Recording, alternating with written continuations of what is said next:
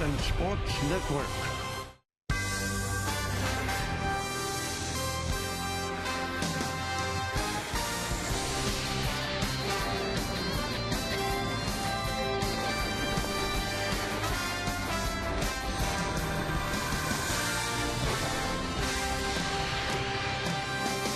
It is a beautiful Sunday afternoon in Chicago, and we are ready for baseball as Hyundai presents the Sunday game of the week.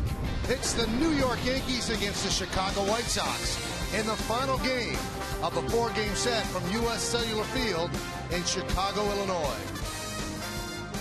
Hello, everybody, and welcome to Yankees Baseball. Along with John Flaherty, I'm Michael Kay. Well, yesterday was shaping up to be an awful Saturday for the Yankees. For 8 innings, nothing doing at all, but they rallied in the 9th, a big home run in the 10th, and the bullpen was outstanding. Well, the bullpen was great, but that rally in the 9th was exciting. But the story of yesterday's day, Jacoby Ellsbury starting to heat up a little bit. His second home run of the year puts the Yankees ahead in the 10th inning, and then David Robertson's going to come on, and he answered a lot of questions about blowing a save the day before. Well, the way you answer those questions, you come right back the next day, you pick up your 10th save of the year, and the Yankees get out of here with a very, very nice win yesterday afternoon. The bullpen has been outstanding for the Yankees. I mean, just check it out what Warren has done, but Tanzas got the win yesterday, and Robertson is 10 out of 11 in save opportunities. Not too bad. Speaking of pitching, today's pitching matchup is brought to you by Chevrolet. We'll get a look at Andre Rienzo for the White Sox, 4-0 with a 4 ERA, and Masahiro Tanaka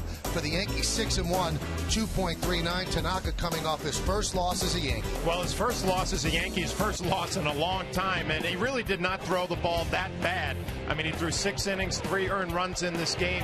We all know about the split finger. It's a big-time swing and a miss pitch, but that fastball is probably a little bit better than we thought it was. At the end of the day, he gives up 8 hits in this outing. He suffers his first loss, which is unusual for him. Now the question, can he come back and rebound and pick up a win this afternoon and get the Yankees on their way to St. Louis? Well, the Yankee offense has to wake up as well for Tanaka, and Brian McCann is right in the middle of that lineup. Yesterday, a pinch hit single that tied the game in the 9th inning. He has been hot of late. How hot? We'll detail that when we get back right here on Yes.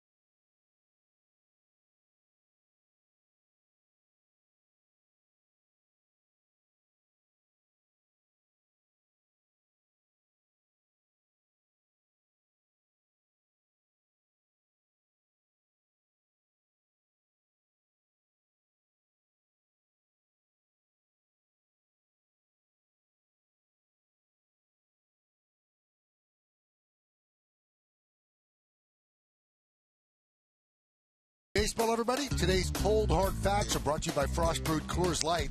Let's look at Brian McCann. The last 11 games starting to pick it up. 9 hits and 32 at-bats, 3 home runs, 10 ribbies, an on-base percentage of .361. John, he's so important to what the Yankees are trying to do. Well, right in the middle of the lineup from the left side of the plate, I look at those numbers and the 10 RBIs really jump out at me, and the 3 home runs. That's why the Yankees brought him here, for his presence behind the plate, but also the ability to hit the ball in the seats and drive in some runs. This was a 3-run shot, first game here in Chicago, and then yesterday the game-tying base hit for Brian McCann as a pinch hitter. He's got 7 home runs, 22 RBIs, and he's starting to heat up. When we come back, lineups, first pitch, baseball, Yankees and the White Sox, next, right here on Yes.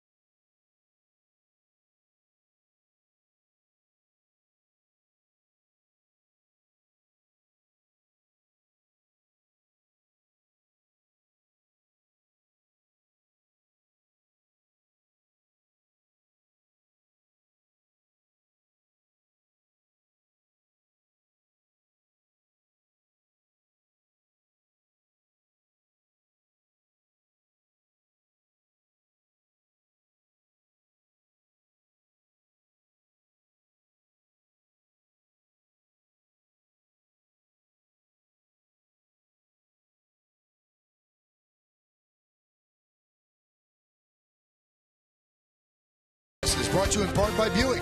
Visit tristatebuick.com for great lease offers. By Geico, 15 minutes could save you 15% or more on car insurance. And by your local Acura dealer. Well, of the 7 days the Yankees have been in Chicago, this is by far the best day. Really has a summer feel to it. A big crowd here at U.S. Cellular Field for the final game of this 4-game set.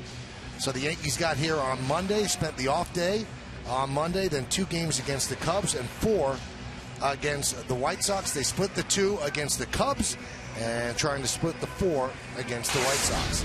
Let's take a look at the game time weather presented by Bigelow Tea. 71 degrees, 53% humidity, not much wind. It is sunny and pleasant indeed. It's going to be interesting to see how Tanaka bounces back today. I don't think anybody thinks there's going to be an issue, as yesterday no one thought there was going to be an issue with David Robertson. Tanaka's known nothing but winning, and he certainly didn't get hit hard against the Cubs, so we'll see how he does against this White Sox team. So the White Sox have taken the field, and let's take a look at the Yankees starting lineup that Joe Girardi has put together, and it's presented, as always, by our good friends at Lexus. Leading off, the left fielder Brett Gardner, the captain, the shortstop Derek Jeter bats second. Batting third, the center fielder Jacoby Ellsbury. Mark Teixeira is at first base, he'll clean up. Batting fifth, the catcher Brian McCann. Yangervis Solarte at third base will bat sixth. Batting seventh, playing right field today, Alfonso Soriano.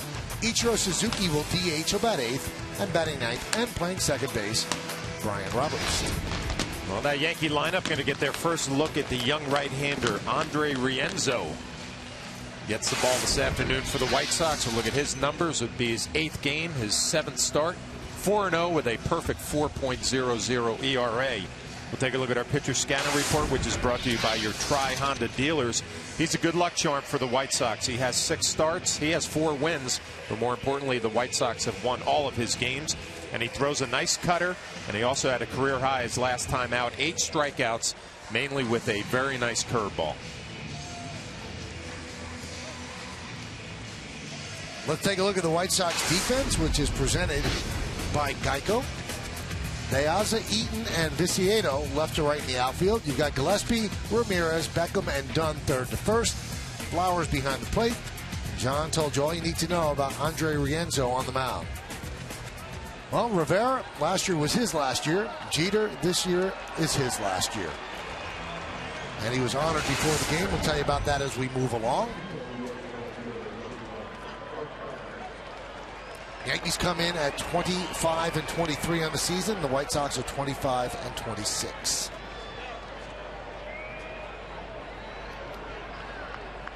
Robin Ventura thrown out of yesterday's game. He is back, of course, but obviously he was doing some managing from the tunnel after he was thrown out yesterday. Brett Gardner's ready. Andre Rienzo is ready. Let's do it here in Chicago. The first pitch is a strike, and we're underway. Well, Rienzo has a fastball just about 90 miles an hour, maybe a tick above. A cutter that I mentioned, a good curveball, and an occasional changeup.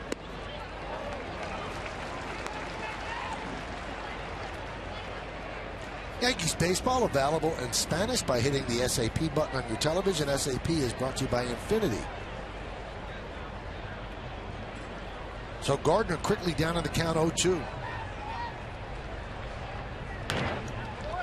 Grounded to short. Ramirez.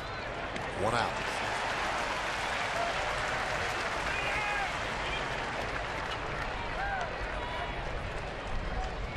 Batting second, the shortstop, number 2, Derek Jeter.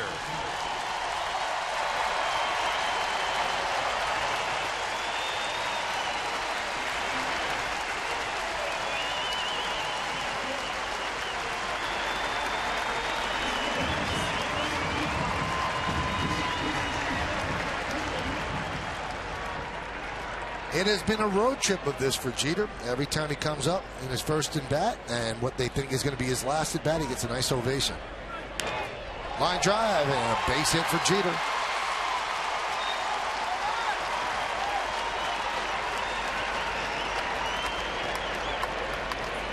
Oh, nice piece of hitting right there for Derek. Did not have any hits yesterday, but promptly takes a cutter and just drills it to right center field.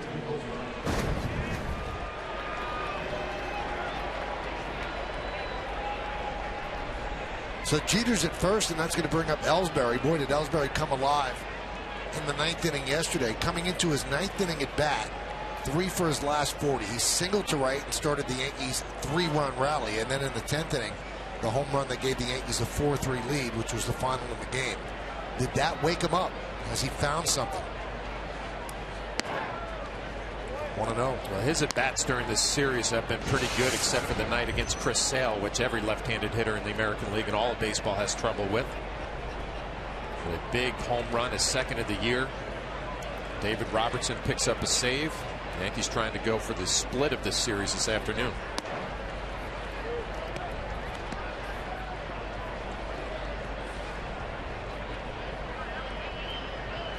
Thrilling comeback, the 9th inning, and then the home run. But really, all day long, the Yankees did not have much going at all against John Danks, yesterday's starting pitcher.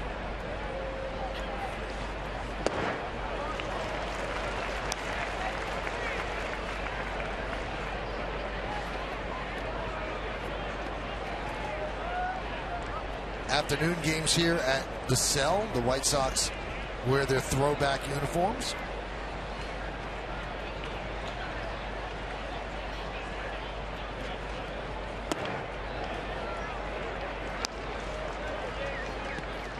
When you see those uniforms, they remind me of the Harold Baines White Sox. And Harold happens to be the first base coach for this White Sox team. There he is. I think Darrell Boston's the first base coach, and Harold does some of the hitting instructing. That's right. I'm sorry.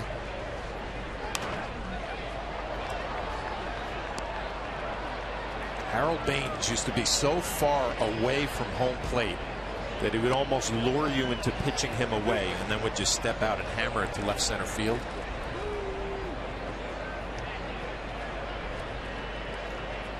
His number 3 retired here with the White Sox.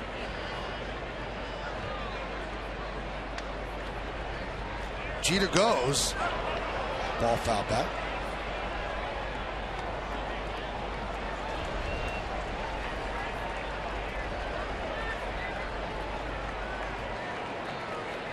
22 seasons, 14 with the White Sox, and 11 seasons as a White Sox coach, and he won a championship with them in 2005.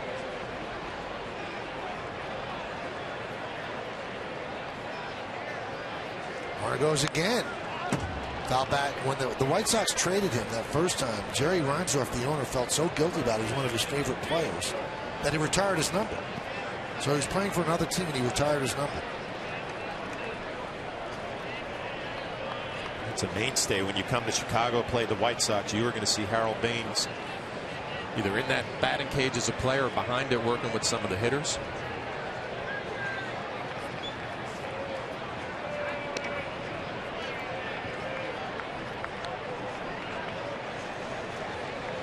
And there is Harold Baines in action in those uniforms.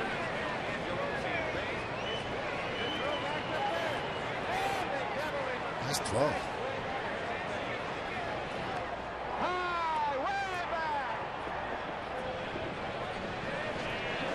Warner goes again, pitches low, and Ellsbury works a walk.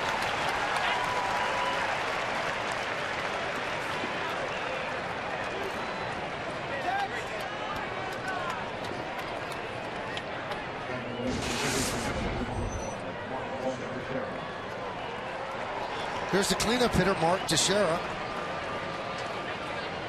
Over the Yankees' last 4 games, the opposing starting pitchers have a 1.00 ERA, limiting them to a 132 batting average. So they usually do whatever damage they do against the bullpen. Blocked there by Flowers.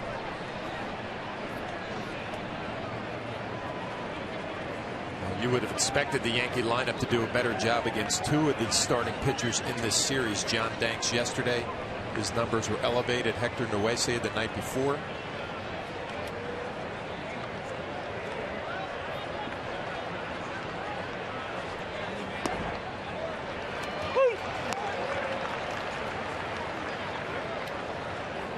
All these hitters well aware from Kevin Long in his scouting report about the cutter from Rienzo. Throw a backdoor like he just did to Mark there. He'll cut it in on his hands. If he needs a big strikeout, it goes to the curveball.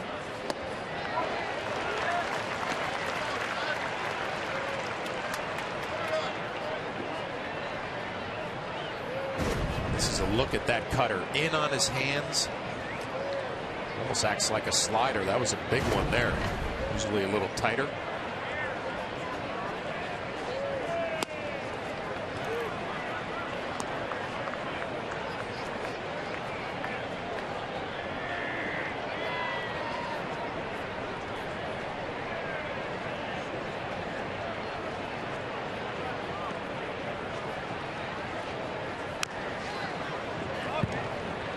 Still 2-2.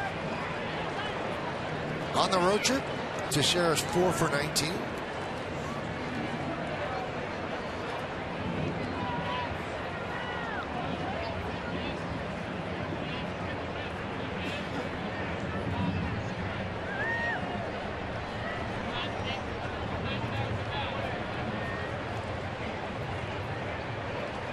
The 2-2. Grounded foul. It's so odd to be in one town for this many days and play 6 straight games in one city. The last time the Yankees played 6 straight games in Chicago was actually during a 4-day span from August 19th through the 22nd in 1945. Yankees and the White Sox played double headers on Sunday and Tuesday and single games on Monday and Wednesday.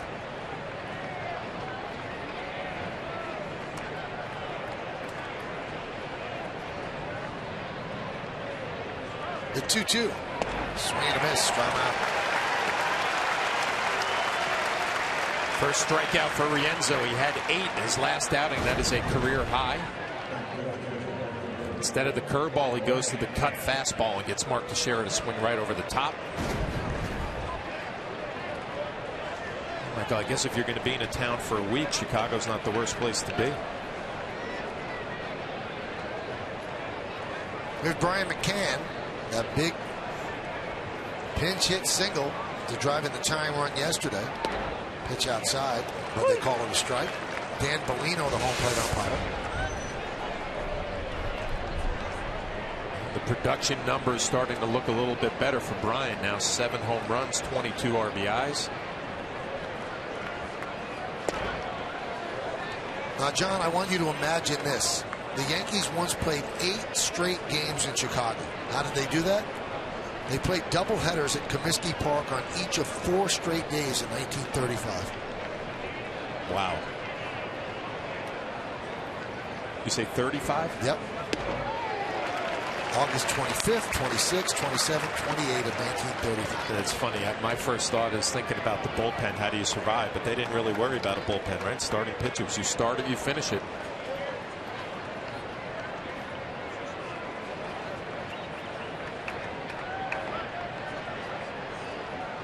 One, two. Swung on and missed. McCann down on strikes, and Rienzo works out of trouble. No runs, a hit, no errors, and 2 men left on base. Yankees nothing. White Sox coming to bat.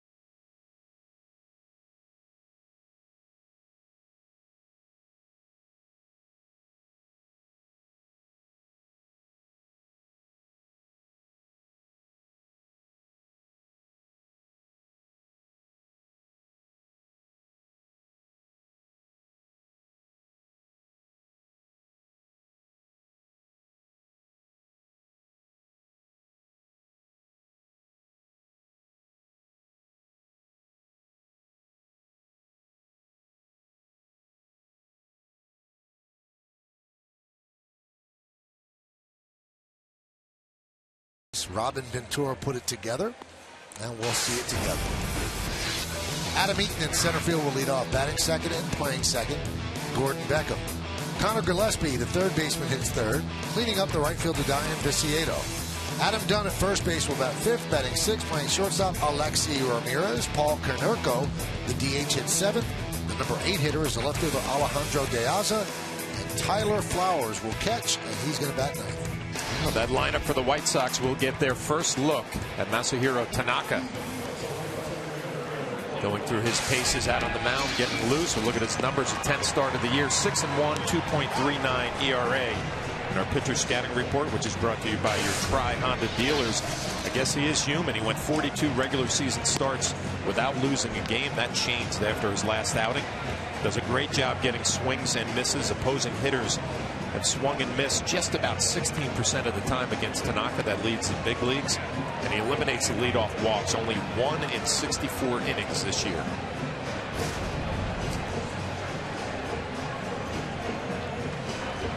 You know, John, we checked it out. In those 8 games in 4 days in 1935, the Yankees had 5 complete games, so the bullpen was okay. Here's Adam Eaton, 8 for 14 in the first 3 games of this series. Yankees have had trouble with him.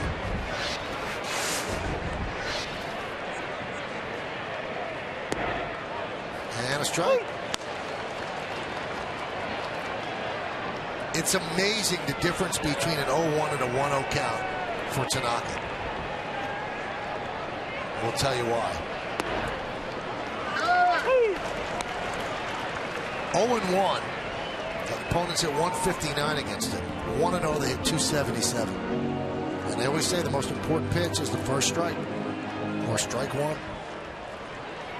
And Tanaka making a little adjustment with Eaton going off speed the first 2 pitches of this game. Another slider.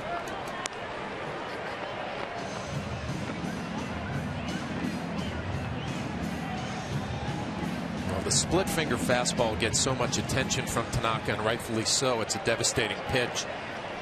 But if you're Adam Eaton or any other hitter in the big leagues and you're looking for that pitch, Tanaka has enough to get the fastball by you and the slider.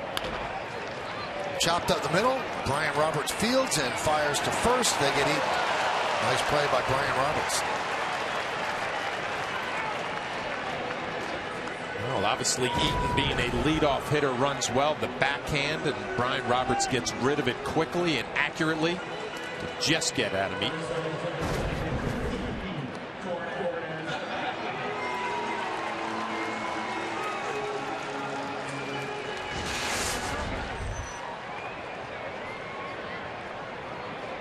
Here's Gordon Beckham.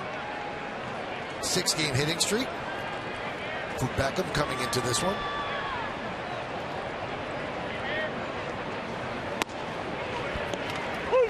Now, Tanaka's start at Wrigley, a lot of rain in that game. And Girardi thought, I don't think he needs an excuse. He said, but I think maybe gripping the baseball might have been a little different for him that day. I know the footing was bad because they kept cleaning out the spikes of all the pitchers. But today, no weather problems at all.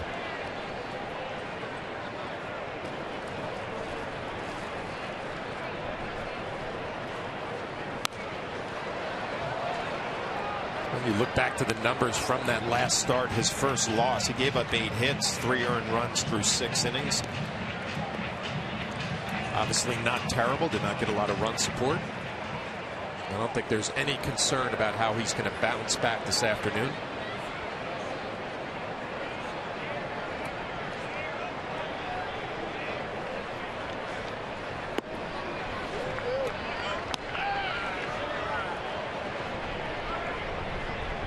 There's his line from that game. 4 runs, 3 of them earned, walked just 1 and struck out 7.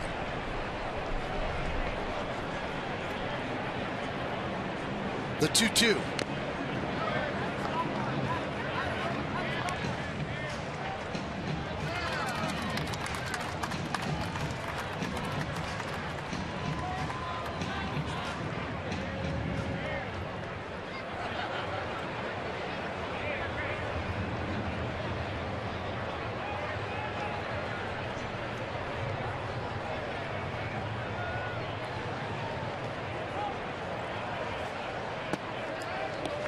Count is full on Beckham.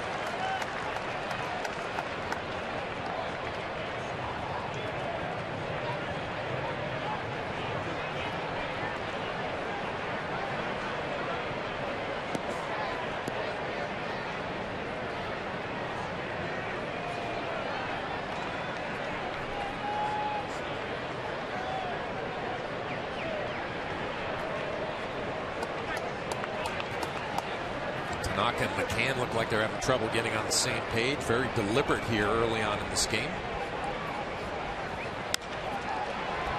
Fly ball shallow center. Ellsbury on the run, coming in, makes the play. Let's look at the Yankee defense presented by Geico. In the outfield, Gardner, Ellsbury, and Soriano left to right. Infield, Solarte, Jeter, Robertson, Teixeira, third to first. McCann behind the plate, Tanaka on the mound. Girardi asked before the game, why Soriano in right and Ichiro DHing? And he said, Soriano likes to be out in the field every now and then. He said, so we wanted to switch it up and give him that opportunity. He feels more comfortable when he plays the field. It's clear, though, that Ichiro is a much better outfielder than Alfonso Soriano. Pitch to Gillespie's low. The shift is on. Derek Jeter playing between short and third. You mentioned this before, having a running conversation with Joe McEwen, the third base coach.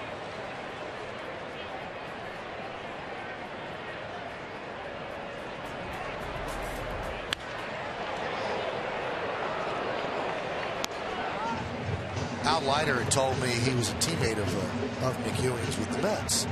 He said, please, when you go to Chicago, make sure to tell Joe McEwen I said hello. So I went down to today and said, Al Leiter said hello. And he said, oh, one of the best guys in the world. And I said, really? Well, Joe McEwen has a nice reputation as well, right? Yes. When he was traded from the Cardinals, Tony La Russa brought a pair of spikes to him and said, would you sign these? He said, because I want these to remember what a true professional is like.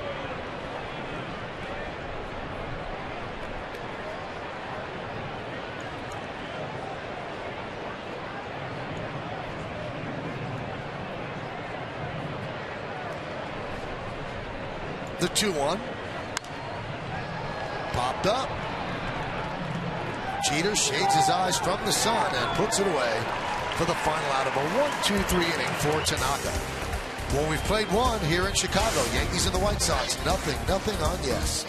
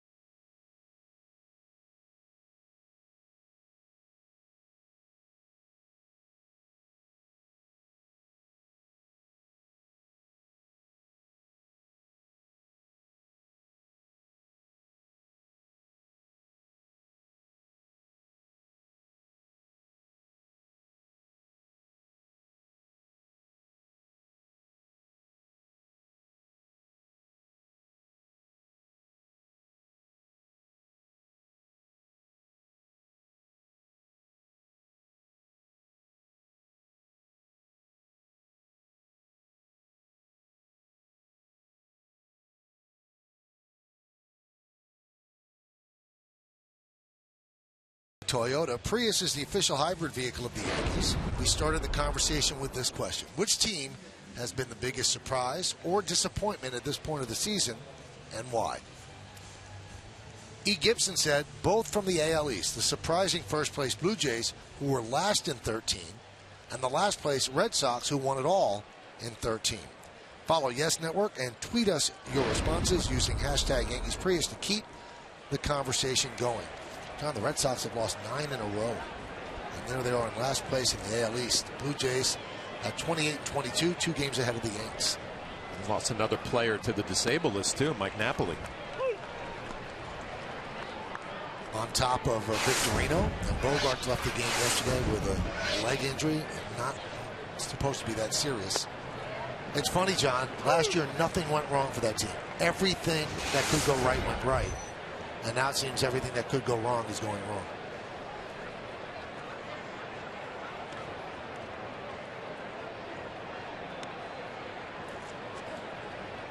Well, I guess the Blue Jays have figured out their pitching problems, right? That was the issue last year. They could swing the bats. Things moving in the right direction in Toronto.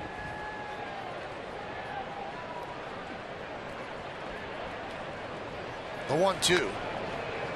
The tough part about the Red Sox loss yesterday was they were 5-0 in the first inning. And then they ended up losing in 15 innings. A third straight walk-off win for the Tampa Bay Rays, who have also been struggling. Yeah, but you win 3 games by the walk-off variety. That's all of a sudden going to get you thinking some positive thoughts. Ground ball off the glove of Beckham. He let that ball play him. And Solarte will reach.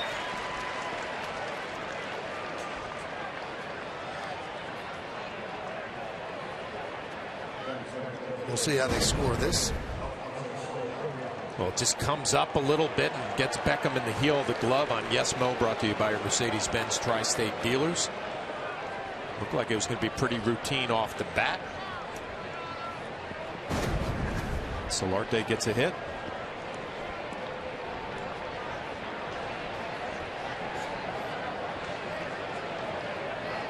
Here's Soriano. 1-0.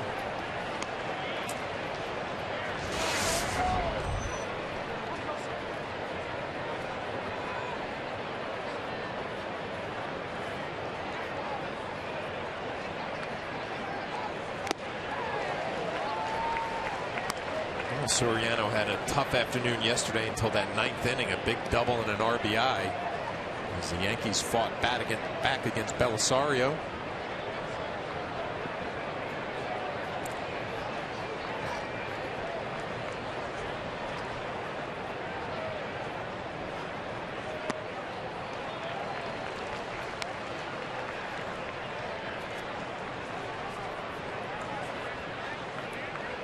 One more note about that Red Sox game, and Jack Curry just texted it to me. Andrew Miller took the loss in the 15th inning. It's his 4th walk-off loss in the last 2 weeks. Wow.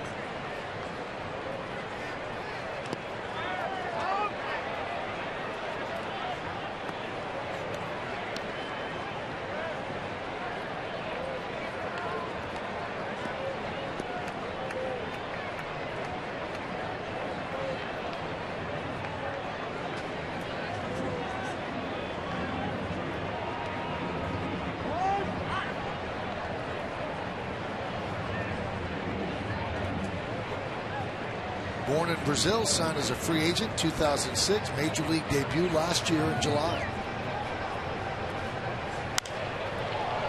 High pop-up. Shallow right.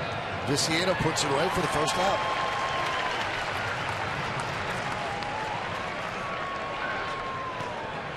Rienzo has 16 career starts. This will be his 17th.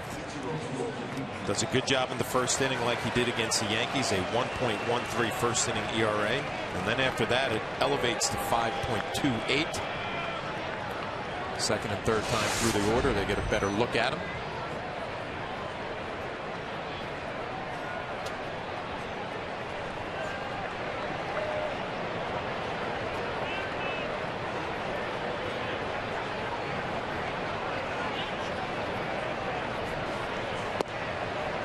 Rienzo is the 9th pitcher to start against the Yankees this season after never having faced them before. And the Yankees are 4-4 in those games. And those starting pitchers are 3-4 with a 4.13.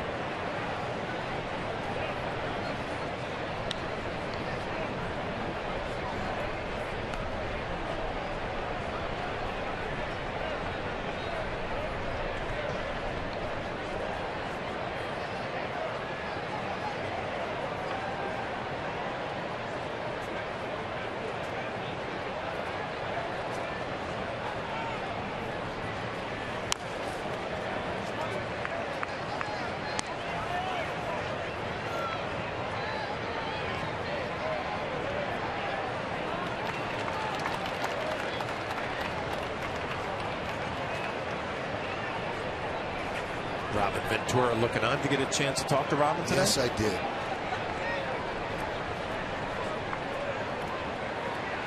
His daughter, who you mentioned, he graduated from Oklahoma State.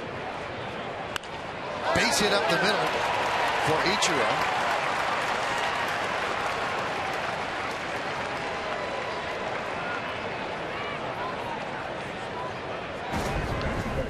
This is the curveball that Rienzo is known for. It's a lot of times gets his swings and misses on that pitch. Not this time. Ichiro rifles it right back up the middle. A little chuck and duck.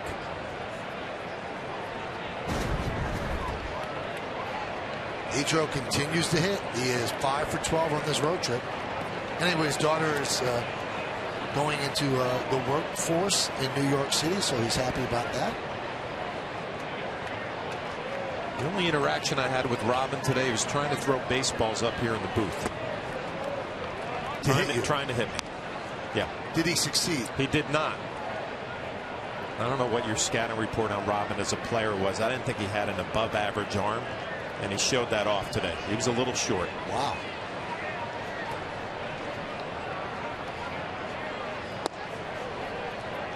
He was doing an interview with Nancy Newman for the BP show. Was it a provoked attack? I was just doing my job, just trying to have a nice back and forth, and all of a sudden I heard some baseballs bouncing around.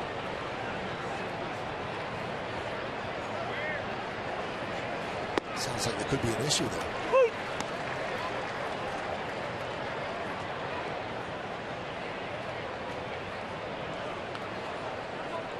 Then he threw some BP, so maybe he was just getting the arm loose. To get it loose a little bit more, because like I said, a little short. Couldn't get the baseball up here.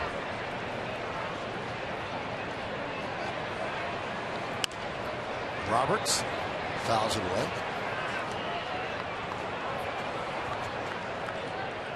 Look, see, and you're goading him right there. Little short. Little short.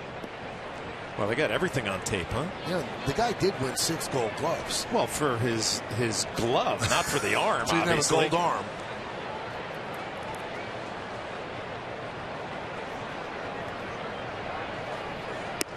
They really do have everything on tape. It's amazing. There aren't too many big league managers that you can say is gonna throw baseballs. Oh, they're putting a screen to protect you. Is that it, John? They didn't need it.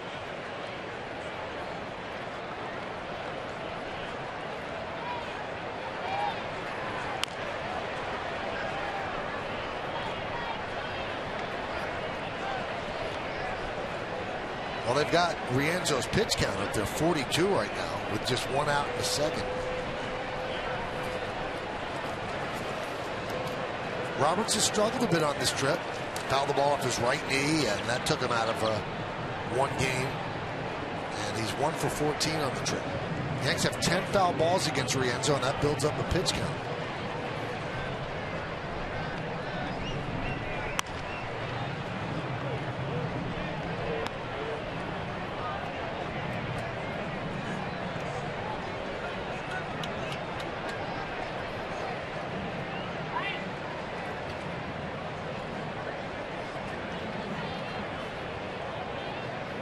This will be the 8th pitch of the at-bat.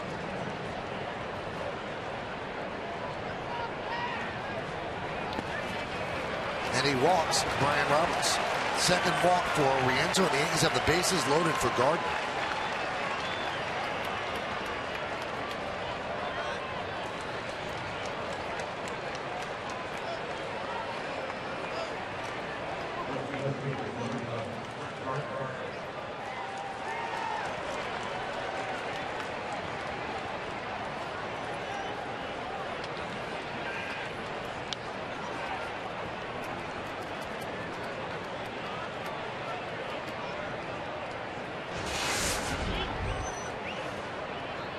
Brett grounded to short in the first inning. You've got Solarte at third, Ichiro at second, Roberts is at first.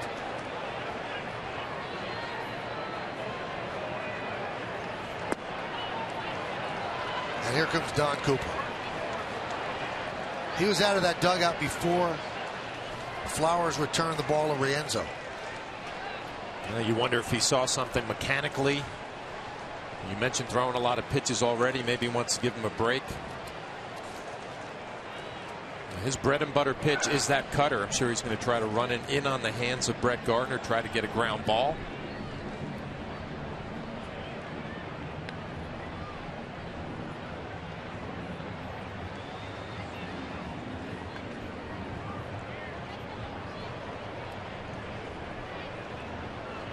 Rienzo threw 23 pitches in the first. He's thrown 22 this inning. But the Yankees have to cash in.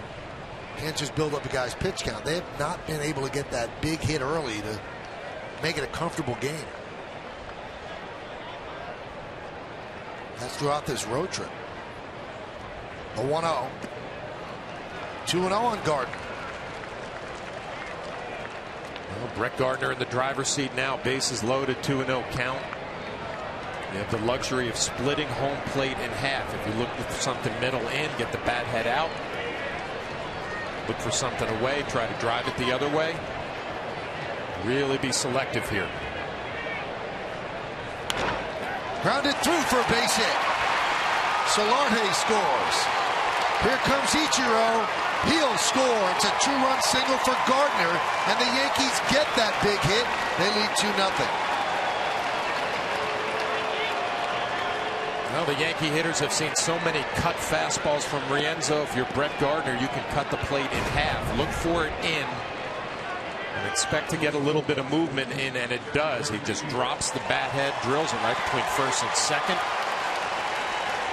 At the speed of Ichiro at second base, he will score easily.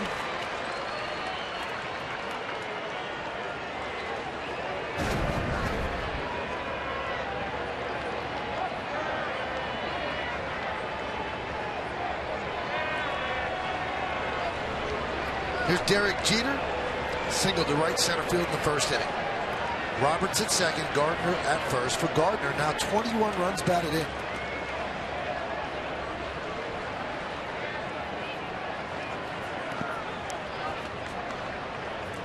One and 0.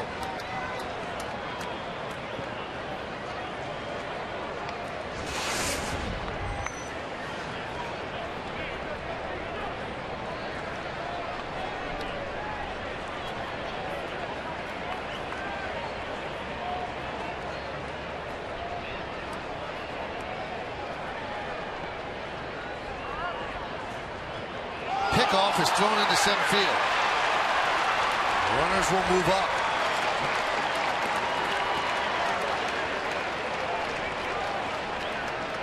Well, Robin Ventura cannot be happy with what he is watching here in the second inning. Really no play on Brian Roberts there as Ramirez ducks behind him. You can see Brian back with plenty of time, and then the errant throw.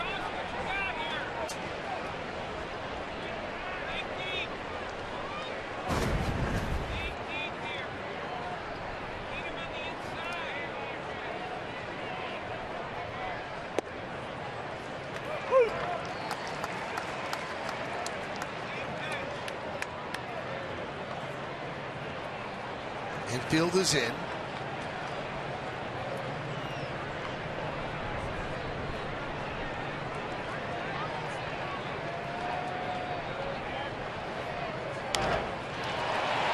Fly ball right field is going to dunk in for a base hit. Roberts scores. Gardner stops at third. An RBI single for Jeter. It's 3-0 Yankees. Well, with everything moving away from Derek Jeter, he can really look at the right side of the field like he did his first at bat and just fights this one off. A tough read for Brett Gardner at second base. Kind of a looping line drive. He had to wait just to make sure. Roberts, the same thing, goes back to the bag. He'll score easily, but Brett Gardner with a tough read on a looping line drive.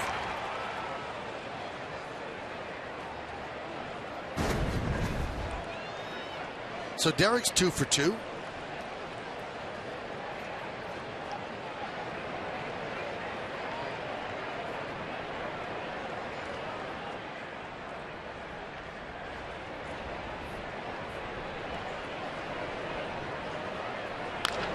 That one is driven into right center field. It is going to be caught by Eaton. Tagging is Gardner. He'll score. And Jeter just got back at first base. So a sac fly for Ellsbury. And it's 4-0 Yankees. Well, you got to believe Robin Ventura will be coming out and arguing this and stalling for a little time and to look at a replay. It certainly looked to me that Derek Jeter might have been doubled up right there. Great diving play by Adam Eaton. Again, Ellsbury starting to swing the bat a lot better.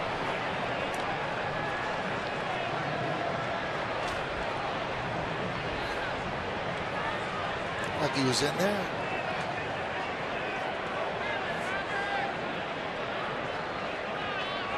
What do you think? Tough call.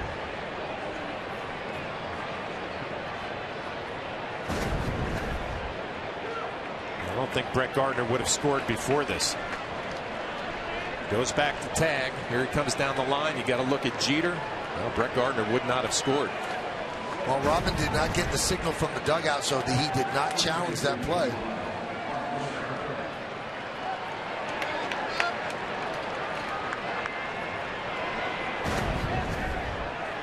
So Jeter's foot is on the bag. The ball's not in the glove. He did, in fact, beat it back. Good call.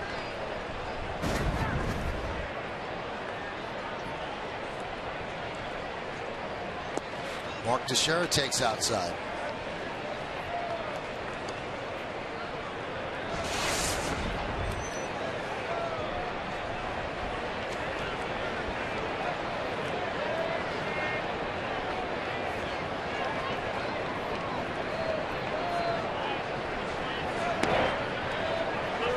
Rams are really struggling. 2-0.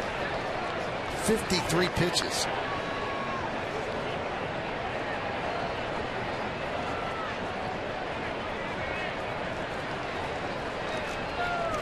He's going 30 this inning. Grounded sharply to Ramirez. He'll step on the bag, and that will do it. Yankees score 4 runs on 4 hits. They lead 1. We go to the bottom of the second. 4-0 Yanks.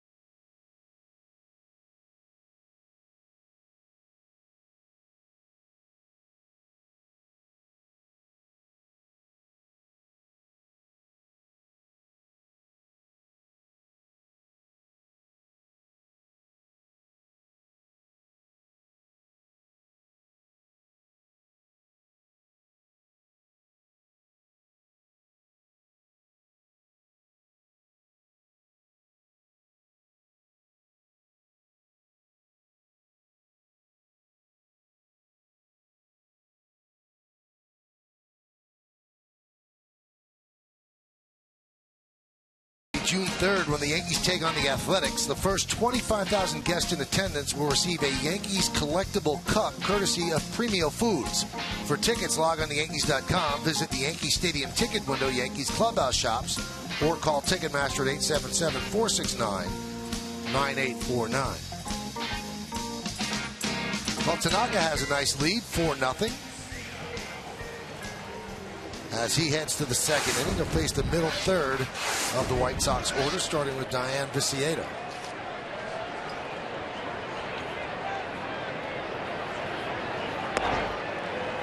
And a strike.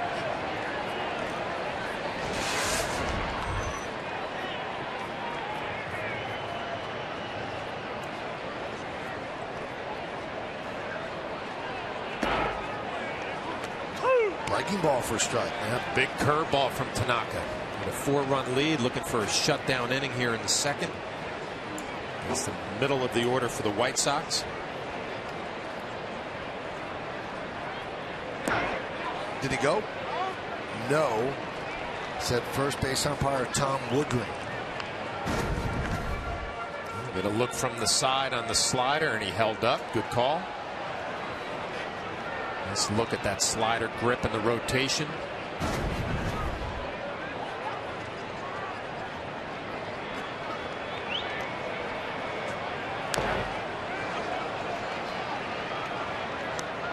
Early on, Tanaka not throwing a lot of split finger fastballs. Been a lot of sliders, a few curveballs. A little two-seam fastball inside with some movement.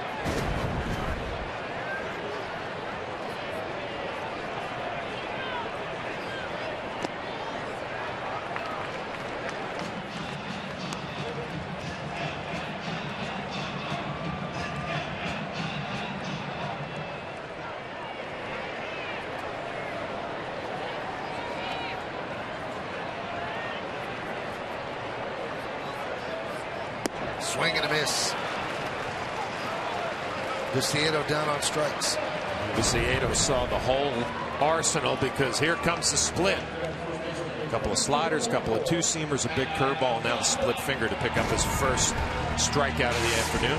Take a look at the Honda League leaders. And the best in ERA in the American League. Sonny Gray of the A's, 1.99. Then Burley, Darvish, Tanaka, and Kazmir.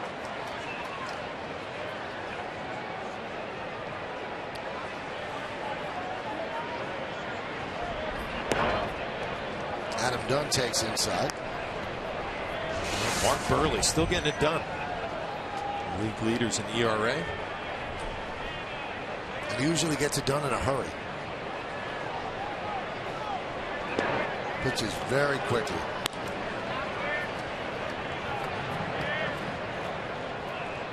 John, it could be wise that Tanaka's staying away from the splitter. Obviously, the scouting report has gotten around baseball. That is his out pitch, but his pitches that he throws as secondary and tertiary, they can also get people out, so he's got them off balance at the start. Done with a fly ball to Ellsbury. Fly ball is a result of the fastball in on his hands, and every time you go over a scouting report on an opposing lineup, you would love to get through the lineup one time without showing your best pitch. I wonder if that was a conversation between McCann and Tanaka. Let's stay away from the split finger as long as we can until we need it in a big spot. Good mix early on of all his pitches. Here's Alexi Ramirez, a .318 hitter, 7 home runs and 35 runs batted in.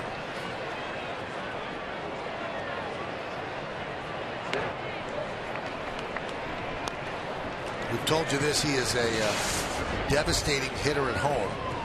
35 for 93, that's .376.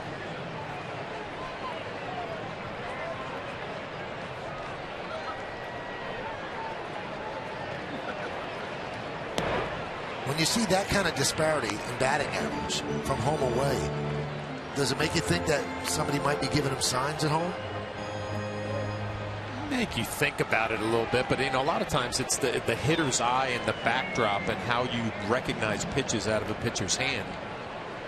Obviously, Ramirez likes the hitter's eye here at the cell. I think you think more along those lines, John, if everybody has that disparity. Yeah. It just seems to be Alexei who has it. 265 on the road, 376 here. You take a look at that batter's eye. That was always a conversation when you came here as an opposing player, that the White Sox were doing something a little bit different at home. And there's these windows out in center field that a lot of times, players would say, oh, they're doing something out there, turning a light on certain pitches. Obviously, we never found anything, but you always had a feeling it could be the case. Grounded to third, Solarte gets Ramirez, and Tanaka's worked a perfect 2. Let's go to the third. Yankees lead this one 4-0 on Yes.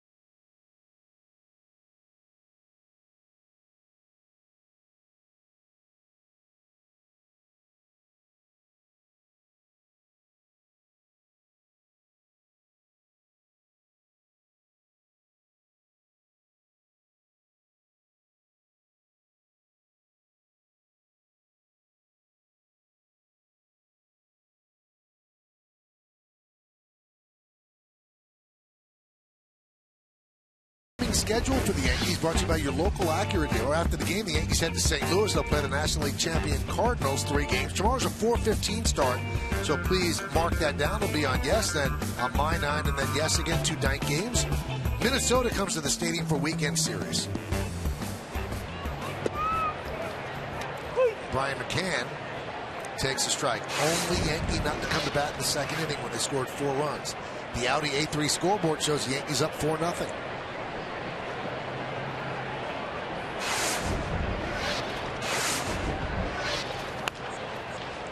Grounded to Ramirez on that side as the shift was on. And you score that a 6-3 for the first out.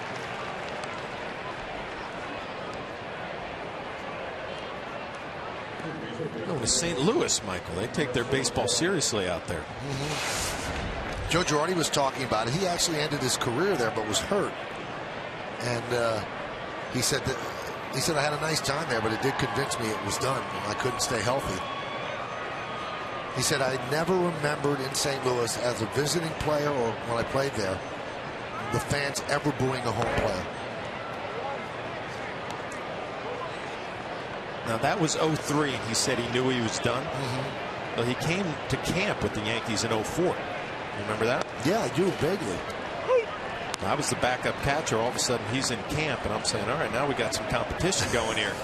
And Joe looked good. I mean, physically, he was in great shape as always, played well, and took it up to the broadcast booth. In fact, he played in Tokyo, blocked the plate on one of his last plays, and then the next day he was in the broadcast booth for the opening of the season. Solarde down on strikes. Well, that's why I was surprised that you said he knew he was done, because I'll tell you what, that spring I felt like he could still play. Maybe he knew he was done because of physical issues. His back bothered him and things like that.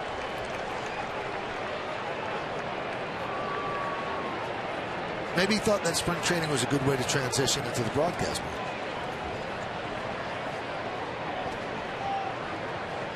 Well, there was a backup catcher feeling the heat a little bit, I'll tell you that. Joe Girardi wants to come back. They let him back.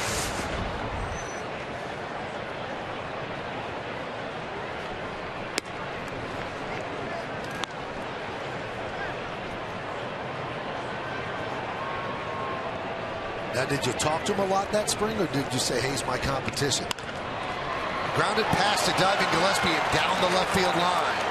Playing it in the corner is De Aza, as Soriano jogs into second with a double. Now, what do you think? Do you think I'm the type of guy that if you're competing for a job with somebody, I'm not going to talk to them or acknowledge them? Well, I didn't mean it that drastically, but I know that you're a very competitive guy. Why would you want to be friendly with somebody that you're trying to win a job against? Well, Joe and I had a nice relationship before that spring, so we had a nice friendly thing going anyway, and we got along great in spring training. And you know, when you compete with somebody, you start focusing more on yourself. Like, I have to go out there and do a good job, and luckily for me, I guess I was able to extend my career a little bit. Soriano's at second. Here's Ichiro. And he'll take a strike from Rienzo. You know, when I could tell that Joe Girardi was really serious about this, we would have to do like a shuttle run for a specific time that you had to come in under. Right. And I mean, Joe killed it. Was like 20 seconds faster than anybody else in this thing. And in my mind, I'm like, oh boy, this is for real. He didn't come in just as, you know, to go through the motions.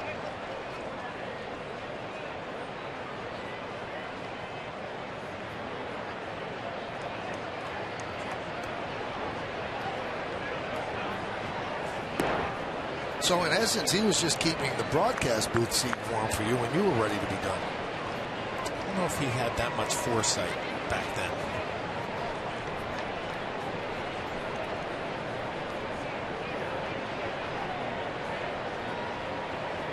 The 1-2. Swing and a miss. Ichiro down on strikes. No runs a hit, no errors, and one man left on base. We go to the bottom of the third. It is 4-0 White Sox.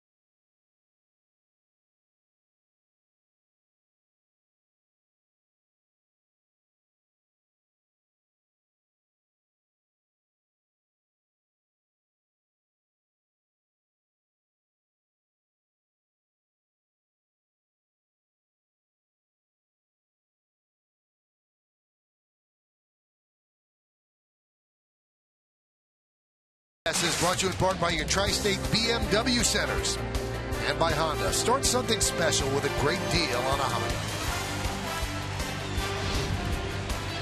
Yeah, it's that sort of day here in Chicago. Great to be in the ballpark. Great to be in a boat. It's great to be alive. And this goes back to the old Comiskey Park. Bill Veeck used to put this in the bleachers that if it's hot, go in and take a shower. People line up for it on a day like this. Here's Paul Konerko, gets a nice warm hand from the crowd as he digs in against Tanaka. 1-0. 6 up, 6 down for the White Sox against Masahiro. 3 infielders on the left side for Konerko.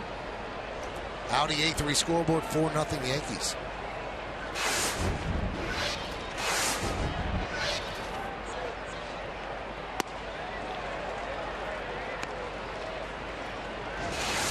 Paul Konerko kind of going through the Derek Jeter farewell tour. Obviously not to the extent of Derek's. He was out on the field today. The White Sox were honoring Derek in his career.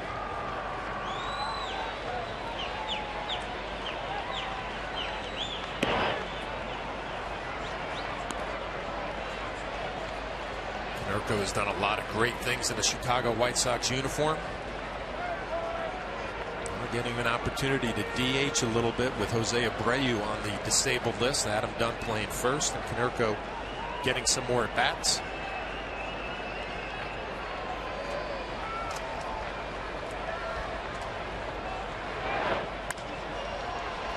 Skied the other way and out of play. Well, before the game, Derek met behind home plate with Paul Konerko. They gave him a bench made of bats, and then that's the dirt and clay dug up from the shortstop position here at U.S. Cellular. And also that position brought some dirt over from Comiskey Park, which was across the street, and listed all the players that had played on that piece of real estate. And then they gave Derek $5,000 for the Turn 2 Foundation. Nice ceremony by the White Sox. The 1-2. And Konerko could not get out of the way, and he takes first. Again, with 2 strikes, you're looking for that split finger fastball. Tanaka kind of staying away from it early in this game. Tries to dot a fastball in on the inner half, and it runs up and in on Konerko.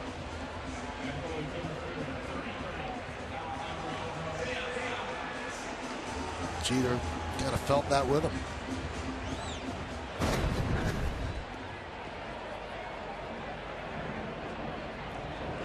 Only the second batter hit by Tanaka in 2014. Pretty much has unerring control. Here's Alejandro De Aza.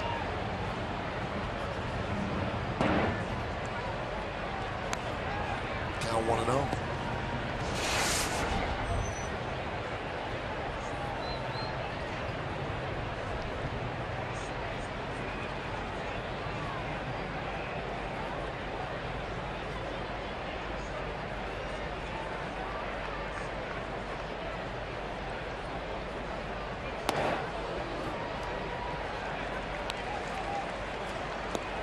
He's keeping something in the well with the fastball, because his fastball today is about 88, 89. We've seen him throw it as hard as 93, 94, but not today.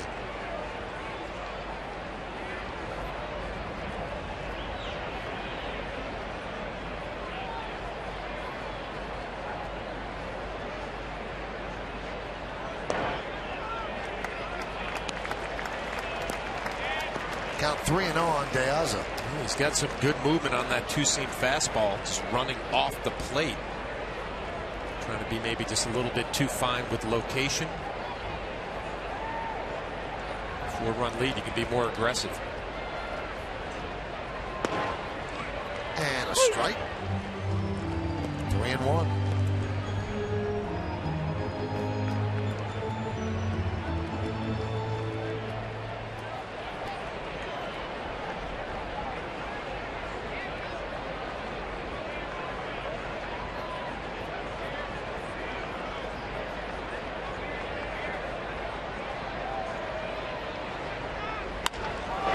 Driven to right field. Soriano makes the play.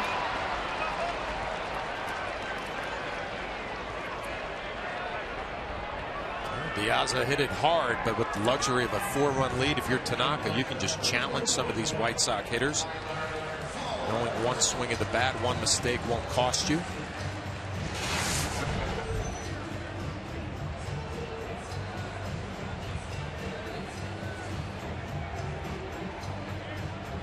Tomorrow's a big day for the Yankees at Yankee Stadium. Carlos Beltran is going to go through what they call dry swings, which really amounts to what you would do on an on-deck circle. You're not really swinging 100%. You're not swinging against pitching. But that is going to test out his elbow. And if it feels okay, then they take it into hitting a baseball and against pitching. But if it doesn't go well tomorrow, that means you probably lose Beltran for 3 to 4 months with surgery to repair the bone spur. 3 to 4 months? That's what they're saying. Wow.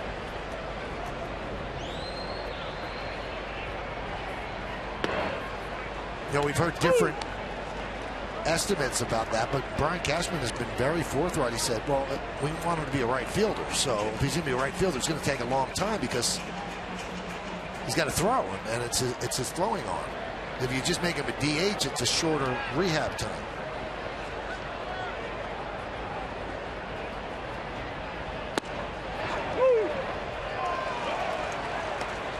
And Flowers down on strikes.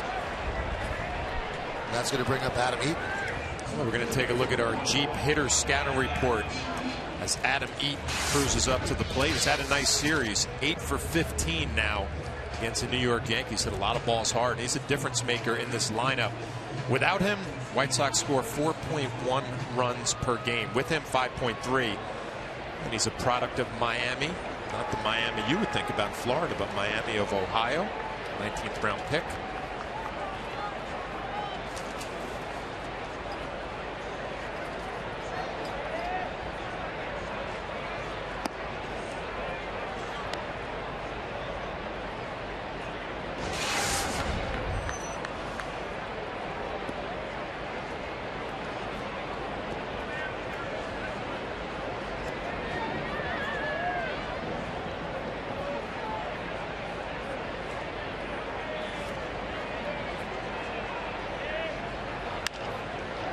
Skied the other way. A long run for Gardner.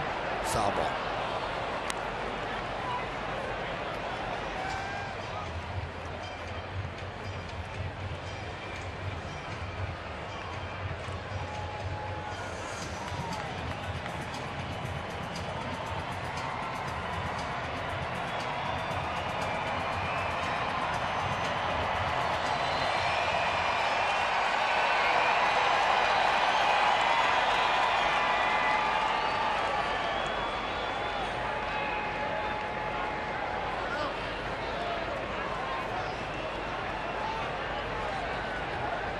The 1-1. 1-2. John, look around this ballpark. This looks like a sellout. It is jammed. Very few empty seats. What a perfect day to enjoy a baseball game. And I heard it's pretty nice back home. Perfect weather here. You get to see Derek Jeter his last time at U.S. Cellular Field against the White Sox.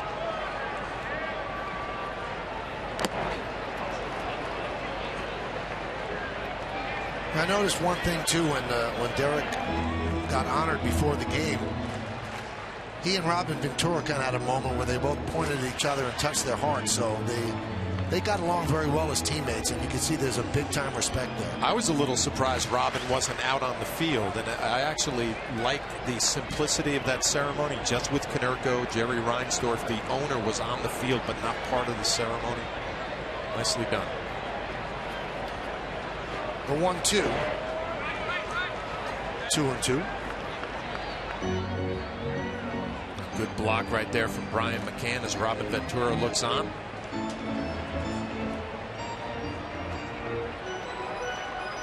Brian has had some issues in this series, kind of trying to go for the backhand and not blocking the ball with his chest protector. Not in that case.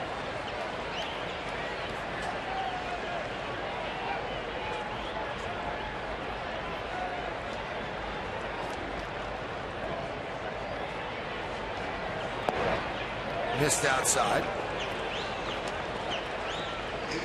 So that's going to release Konerko at first. 3-2 and 2 outs. They weren't holding him on anyway.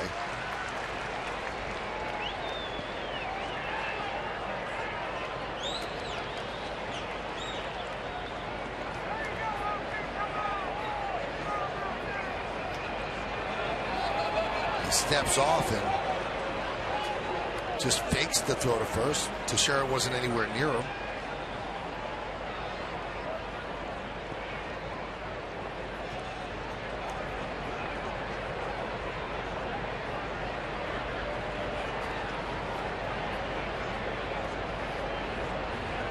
Three-two. Fouled away.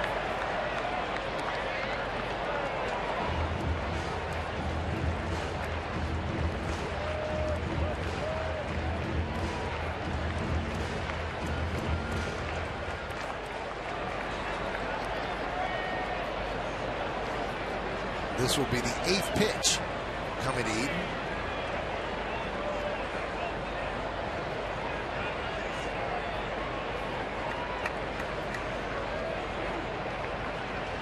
Two. Fly ball. Left field. Gardner is there. And that'll do it here in the 3rd. No runs, no hits, no errors. 1 left. We've played 3 and the Yankees are up 4-0.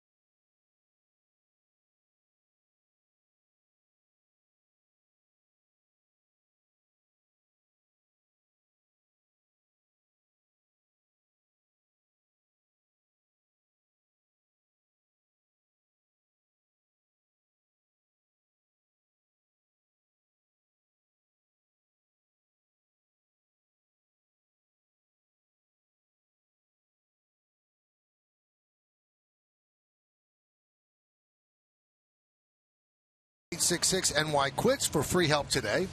Here's the question. Frank Thomas is the only White Sox player to win consecutive MVP awards. Which 3 Yankees accomplished this feat? This is a big year for the White Sox and Frank Thomas. He goes into the Hall of Fame. And what an induction class that's going to be. As you see the Lincoln scoreboard 4-0. You've got the 3 managers, Torrey, La Russa, and Bobby Cox. And then you've got Frank Thomas and Greg Maddux.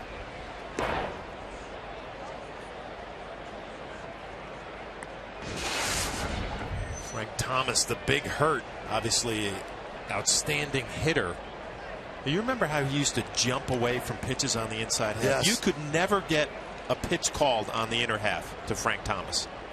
And you give him that advantage where all he had to do is look out over the plate, power to all fields. Now we're going to be a Hall of Fame player. Also want to mention Tom Glavine's part of that group as well. So that's a great class. I'd like to talk to the writers that didn't give Maddux a vote, so he didn't get in unanimously. No one ever has. You would assume nobody ever will, right? I mean, Mariano Rivera, Derek Jeter, when their time comes.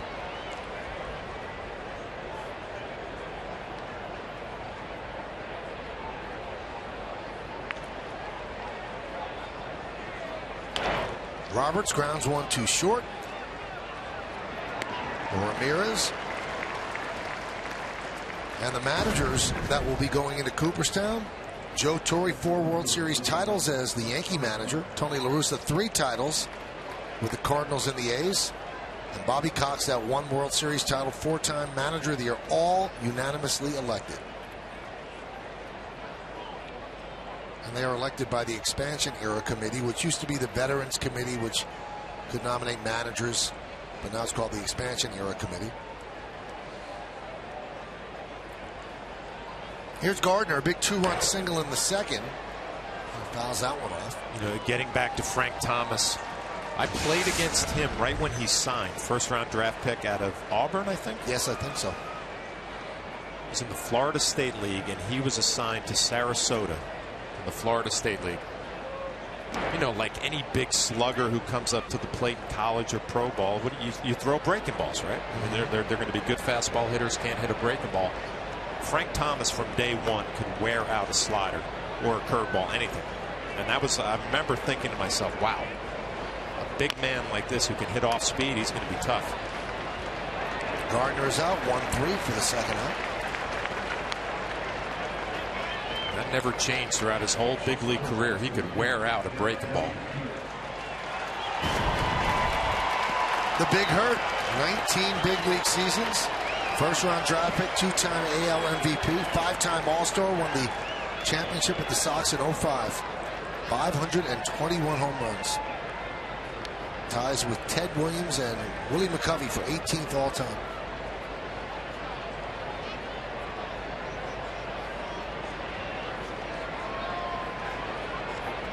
Derek Jeter going to Cooperstown. You get on the ballot 5 years after you retire. So he'll be on the ballot in 2019.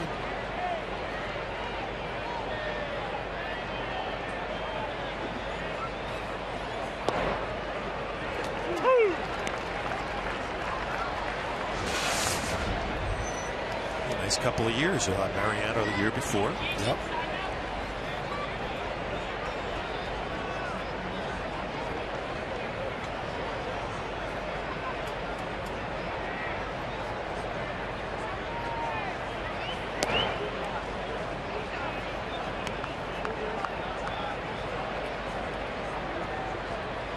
Derek having a good start to this game. Couple of base hits, both of them to right field. I think back to yesterday's game, 5 at-bats. Every ball was hit the other way. Well, 7 hits on this trip, 5 the other way.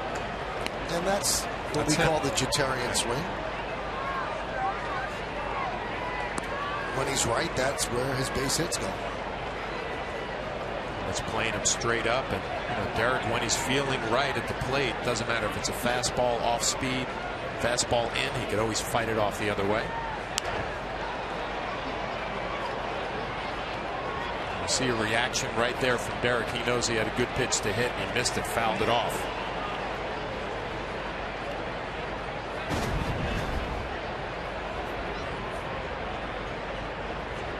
Enzo trying to go in, it stays out over the plate.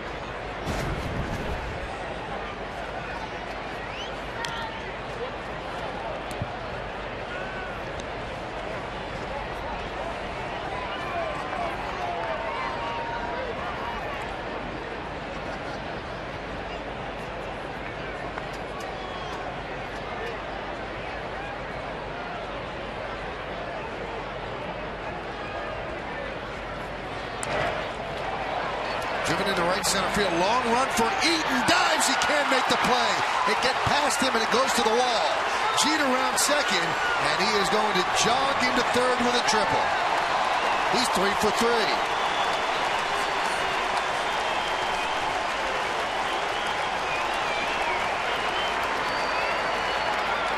Another at bat driving the ball the other way. 3 hits today. All of them have been hit the other way. And this one a slider, cutter, middle. Adam Eaton ran a long way for that ball, not even close. Visaido, who's playing right field, didn't even make an attempt. The inside-out swing, the ball slicing away. Derek sees the play right in front of him. Comes around second. You know he's going to be in the third easily.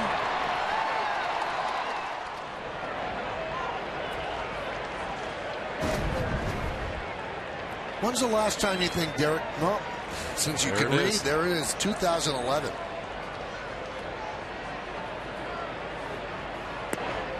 Ellsbury swings and misses.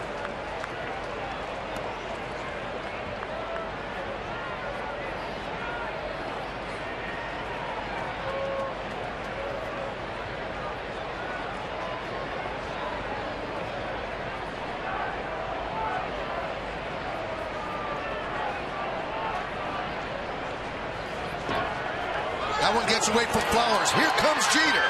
He scores. 5-0 Yankees.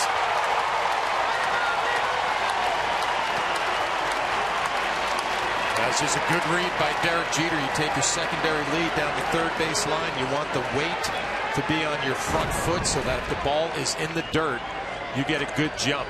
He reads it, gets a good jump. Tough play for Flowers, throwing the ball back to Rienzo. A little triple and a wild pitch. The Yankees had another run. Rienzo kicked that leg out, trying to block the plate. Might have spiked Jeter.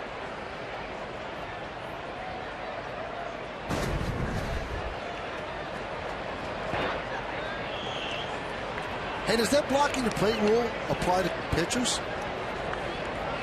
You would think it would, right? They say that the wording is catchers can't block the play. I don't know if somebody without any equipment is going to block the play. They could lose that. The 2-1, 3-1. He did have the ball though when he kicked the leg out. They were allowed to block the play with the ball.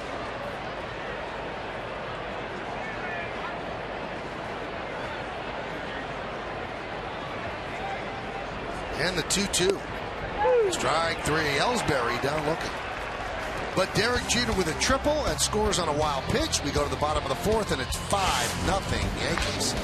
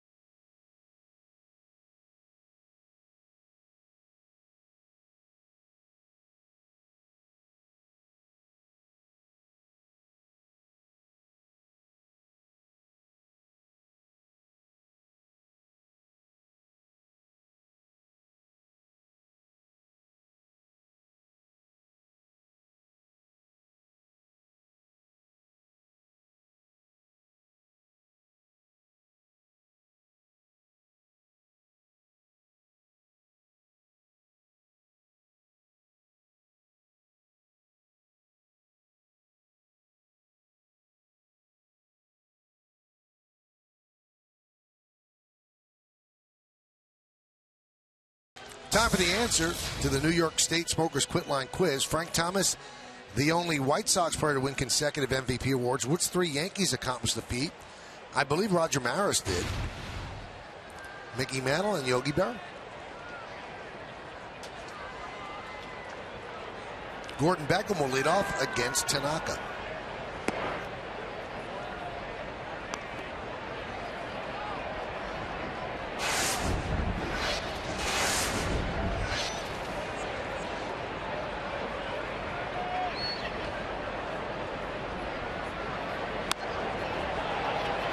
Cowboy.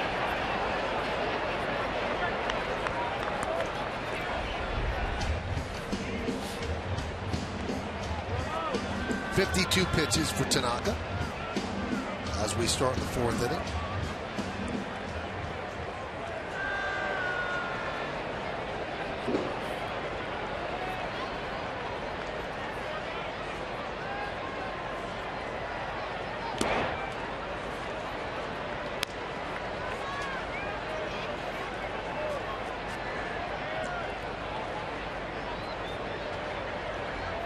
21 pitches in the third. This is the second time through the lineup. We'll see if he goes to that split finger a little bit more than he did the first time. And he strikes out Beckham for the first out. There it is, third strikeout of the afternoon. Good split. Brian McCann wanted it middle and down. He gets it away and down.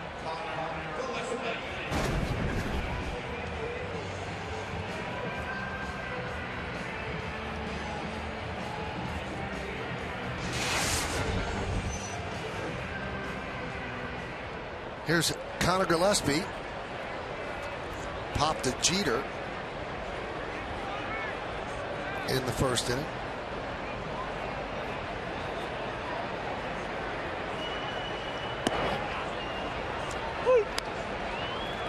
And there's a strike. The Yankees are shifting on Gillespie. Just watch Tanaka. He kind of turned around and looked at all the infielders, wanted to know where everybody was. Then turned around and got the sign from McCann. You wonder if he's going to pitch to his defense, playing him to pull. And there's a base hit. The first hit of the game for the White Sox.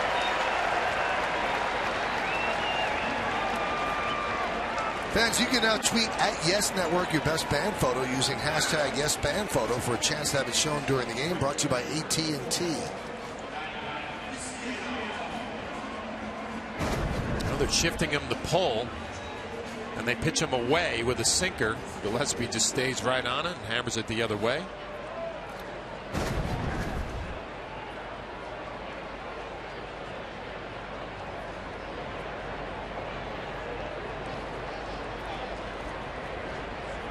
Pitch to Viciedo. Low 1-0.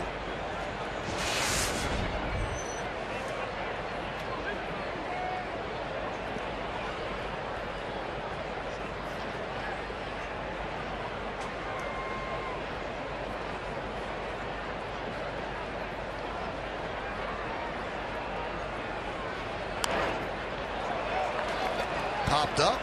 Long run for McCann. And he makes the play. How tough a play is that, John? It's a tough play. I mean, a little jam shot pop-up.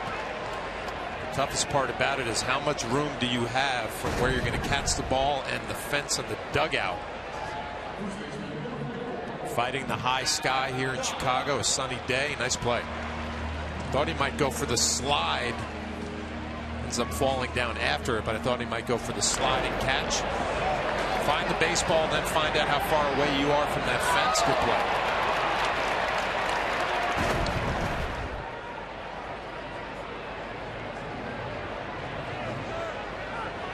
Here's Adam Dunn.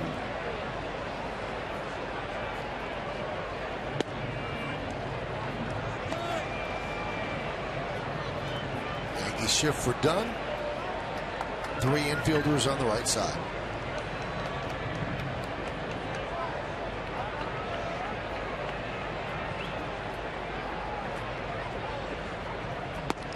Yankees came from the north side at the beginning of the week, and the Cubs just made news. They have hired Manny Ramirez as a player coach for their AAA team. Theo Epstein says that we think he'll be a great mentor for our young hitters on the way up.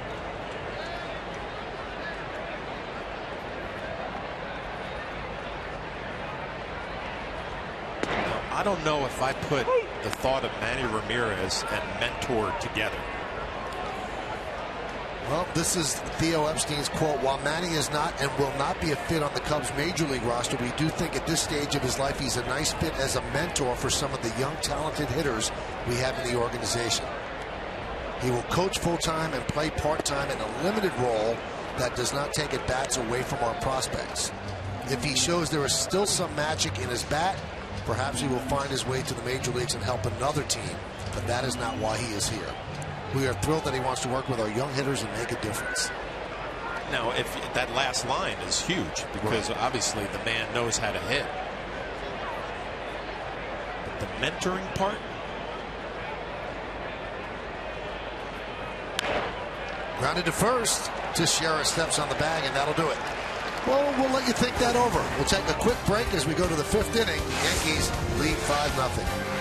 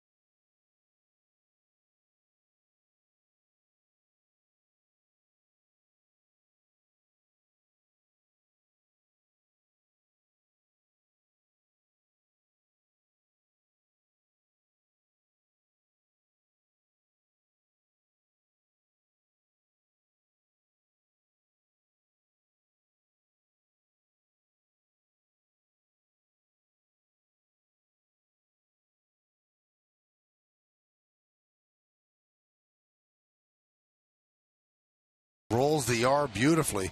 5-0 Yankees on a beautiful Sunday afternoon in Chicago. We hope you and your family and friends are enjoying this Memorial Day weekend and being safe while you're enjoying it, as we remember all those that served and lost their lives for this country.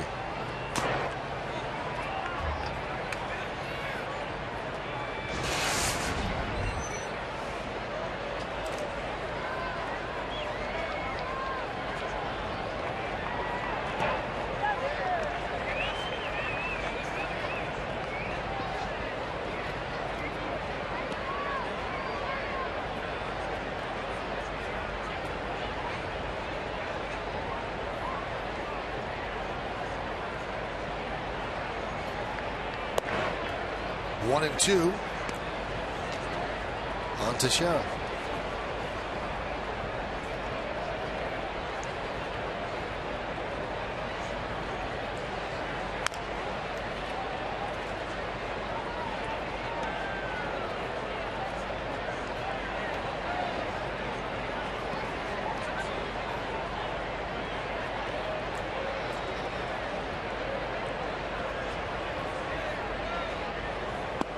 Strike three to Sherrod down looking. Let's go back to the studio and see if Bob has anything new on Encarnacion, Bob.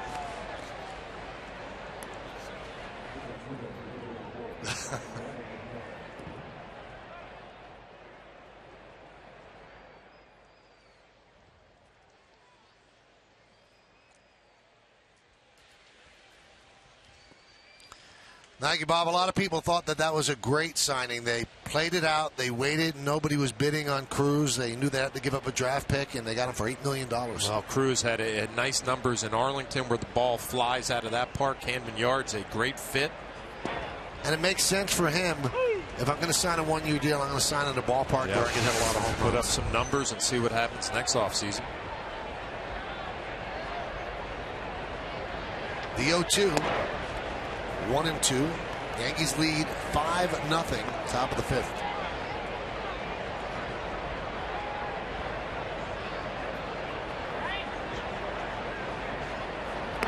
Swing and a miss. So a rough second inning for Rienzo, and you can see why he's 4-0, starting to pick it up. Starting to pick up the strikeout total as well. Good curveball right there to Brian McCann.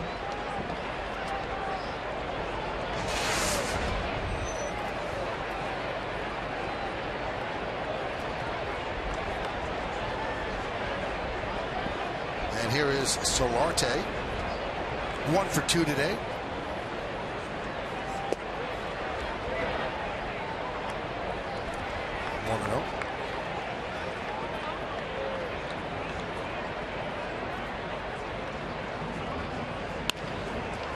Grounded to second. Right there is Beckham. And the Yankees go down 1-2-3 here in the fifth. We're halfway through at U.S. Cellular, and the Yankees lead 5-0.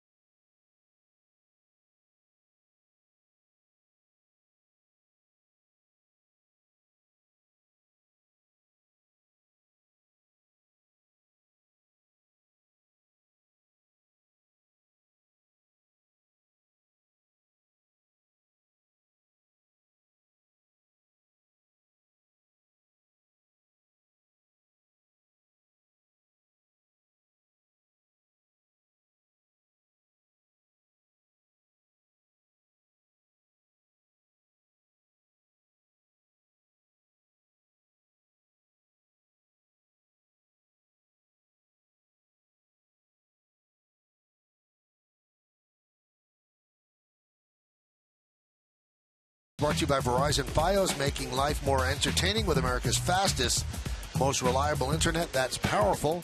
Michael Wacha's got a powerful fastball, 3-3, 2.54 for the Cards. And Chase Whitley will make his third big league start for the Yankees and look for his first big league win. Coverage will begin at 3:30 right here on Yes.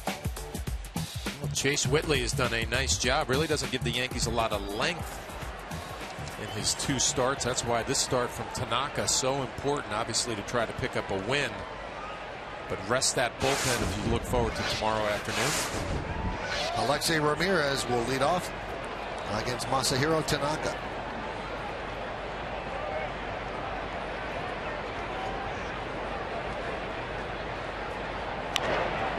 Grounded foul.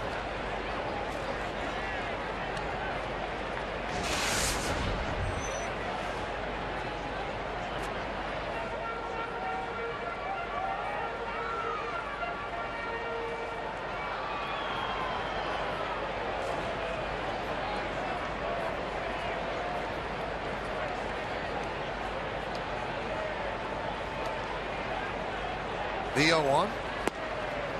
A strike in the outside corner. Fastball pumped up to 92 there. Picking up steam now in the middle of the game. Javi Guerra is warming for the White Sox.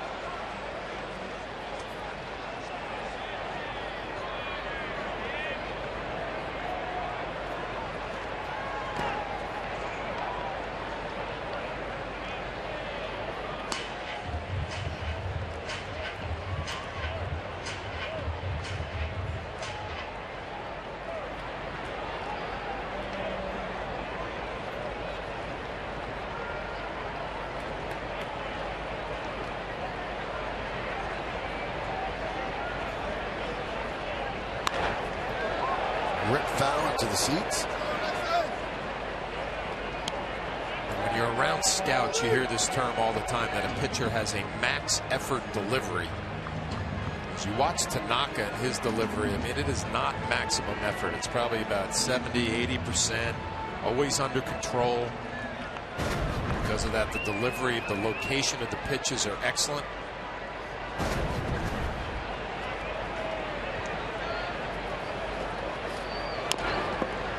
Chopped slowly to third. Solarde can't handle it, and Ramirez will reach, probably get a hit for that. And it is a base hit. Ramirez runs well. Getting down the line in good shape. Another good pitch by Tanaka, and Solarte, who's been excellent at third base, just doesn't get the glove down far enough. Ball stays down a little bit, hits off the toe of his glove.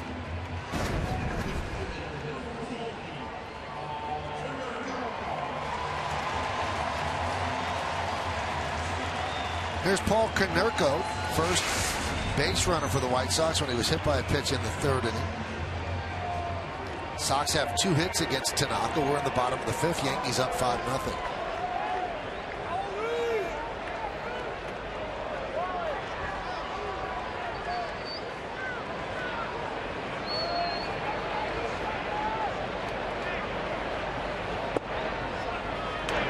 And a strike.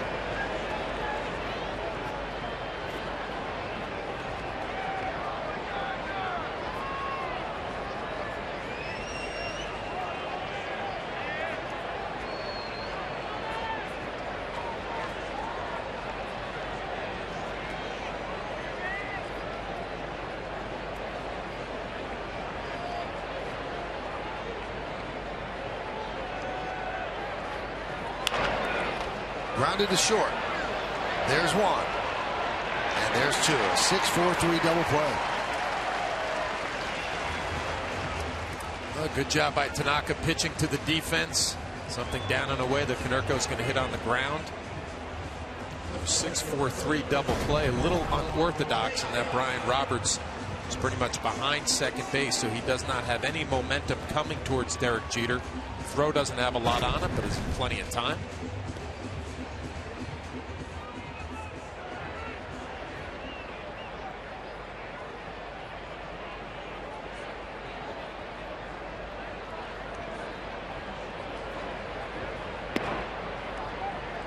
Diaz takes low.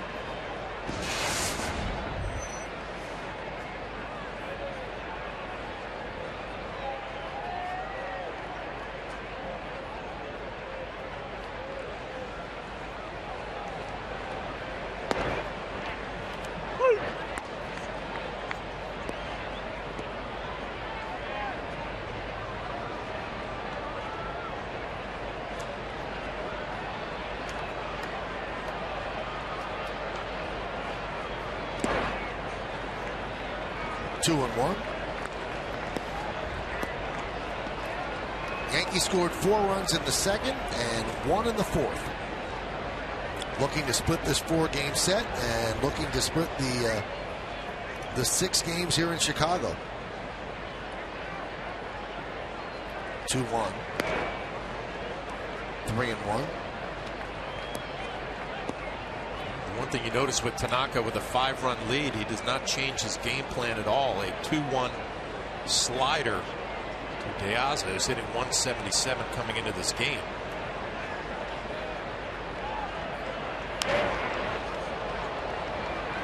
And now it's 3-2. You expect a little more of that, challenging with his fastball with that 5-run lead. Little movement down and away. Let De Aza pound it into the ground if he wants to.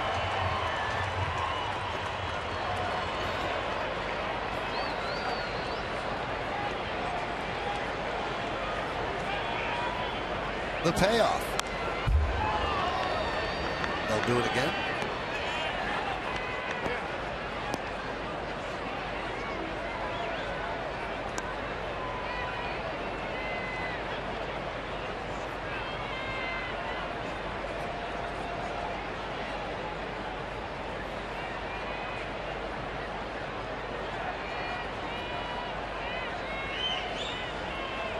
Swing and a miss. Got him.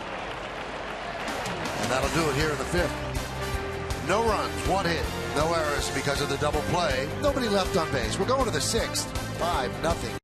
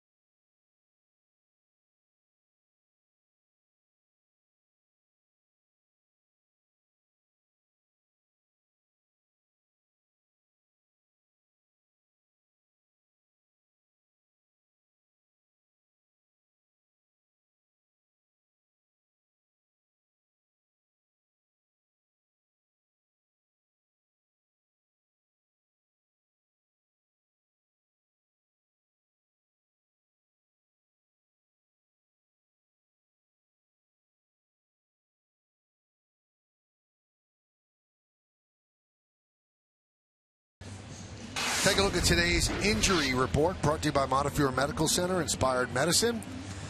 Well, John mentioned this earlier. Mike Napoli goes on the DL with a sprained left ring finger, and that's what he's been doing for the Red Sox so far this year. Red Sox are losing again today against Tampa Bay. They will miss Napoli. Robin Ventura makes the Verizon call to the bullpen. So Rienzo is done, and now it's Javi Guerra's turn.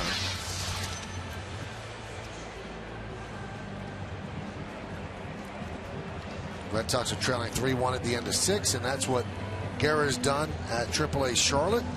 This is his first big league game since May 29th of 2013 with the Dodgers, Rienzo out after throwing 98 pitches. And speaking of the Dodgers, 7 innings through for Josh Beckett, and he has a no-hitter going. Really?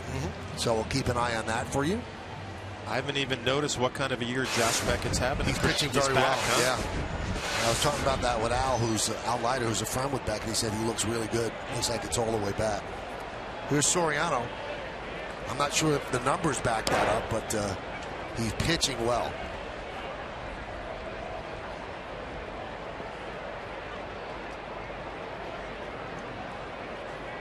And that no-hitter is against the Phillies in Philadelphia, but he's thrown 100 pitches already, so see if Mattingly lets him go. That one is ripped into right center. Eaton going back, and it's over his head. Boy, he took a bad route. As Soriano starts off the 6th with a double. Not quite sure what happened here with Adam Eaton. He's a good outfielder. There's sometimes when hitters hit the ball and it kind of knuckles. Get a great look at the flight right here. Soriano hits it hard. Eaton was expecting it to slice a little bit and knuckled back the other way. He's not even close to this. Puts his head down, looks back. It's behind him. I'm sure the sun probably a factor in that play as well.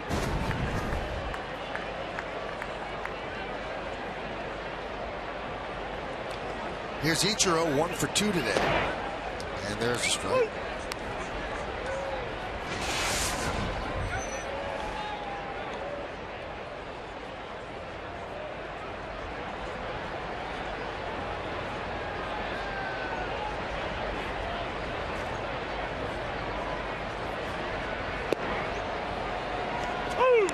Now 0-2.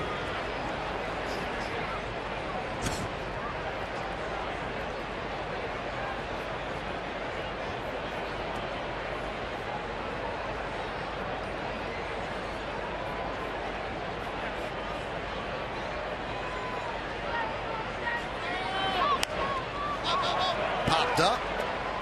No one's going to get there.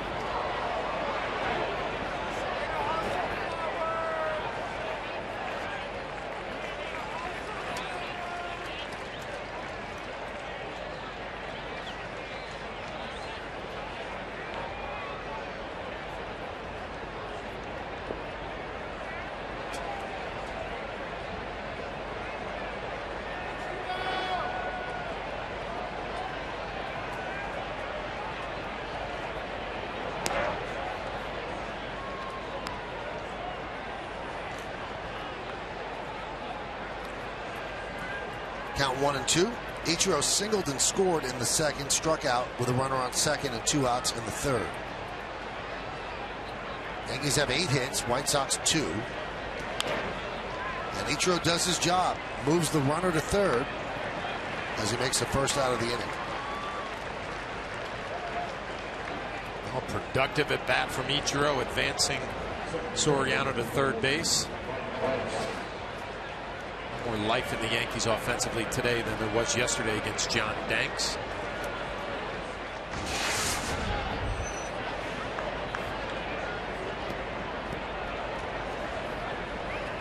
So the White Sox bring the infield in for Brian Roberts. Roberts walked and scored in the 2nd and grounded to short in the 4th.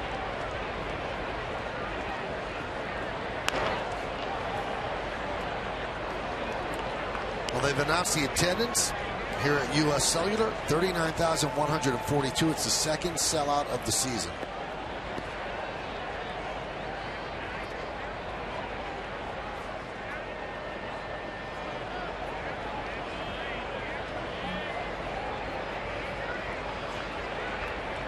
The 0-1.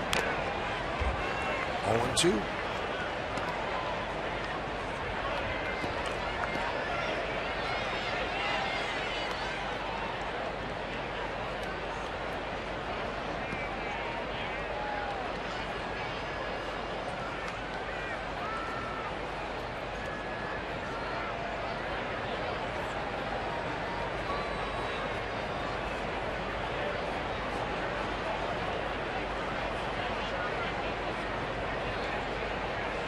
Garrett taking his time, leaning in for the sign.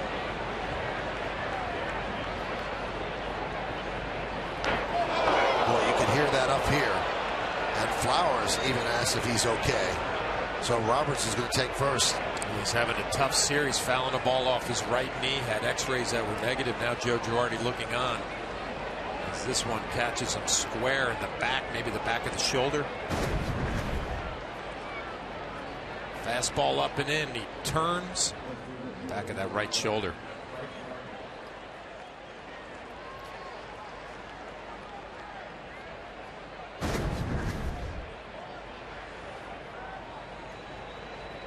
Well, that's going to bring up Brett Gardner.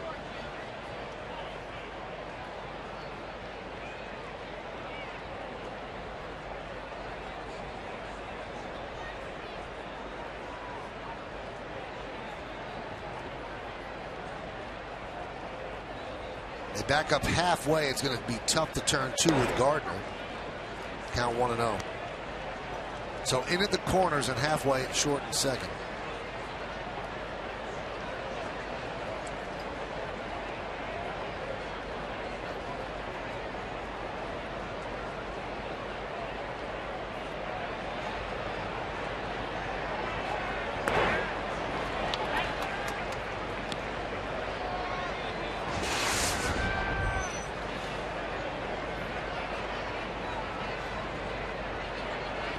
Adam Eaton started this when he misplayed a Soriano drive into a double. Not sure that he would make a play, but the route he took was certainly a bit off kilter.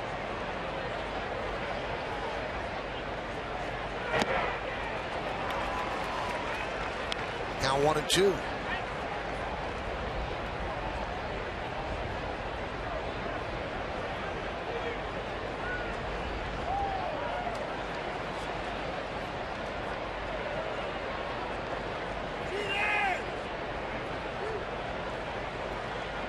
First and third, one out. In the sixth. The 1-2 to Gardner. Strike three. He's down looking. 2 outs, and that's going to bring up Jeter. Jeter's had a good day. Single to right center in the first. Booped a single to right, drove in a run in the second. Tripled to right center field in the fourth and scored on a wild pitch.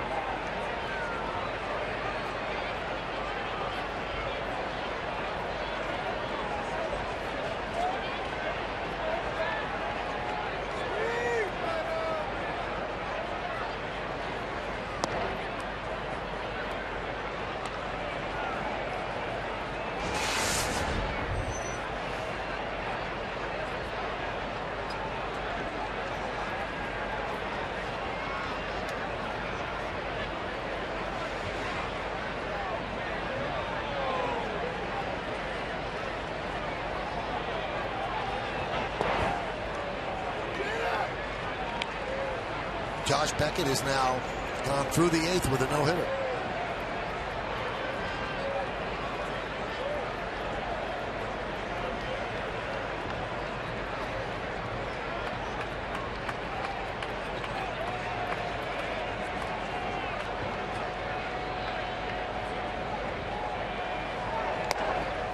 Three and 0 to Jeter.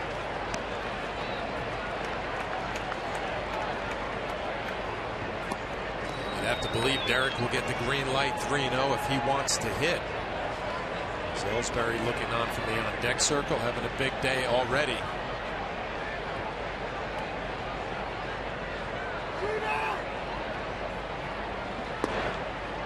There's a strike.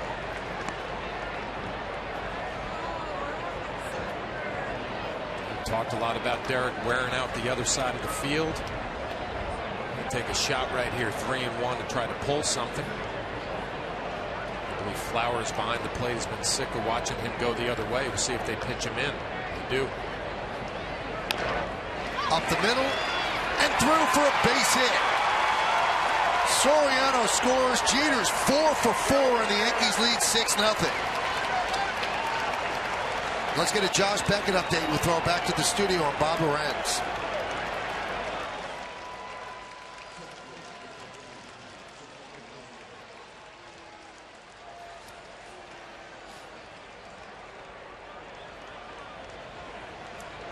Thank you, Bob. Well, fans, the Yankees have scored 6 runs, so log on to papajohns.com tomorrow for 50% off your online regular menu price order. Use promo code Yankee6 at papajohns.com. Here's Ellsbury inside. So Derek Jeter 4 for 4. Good way to go out if it's going to be your last game against the Chicago White Sox.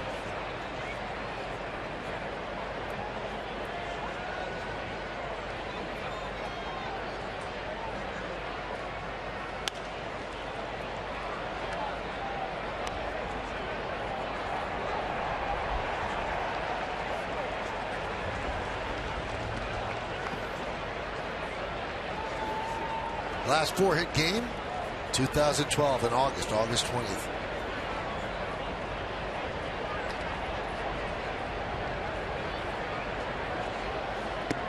Didn't have many opportunities last year, spent most of the year on the DL.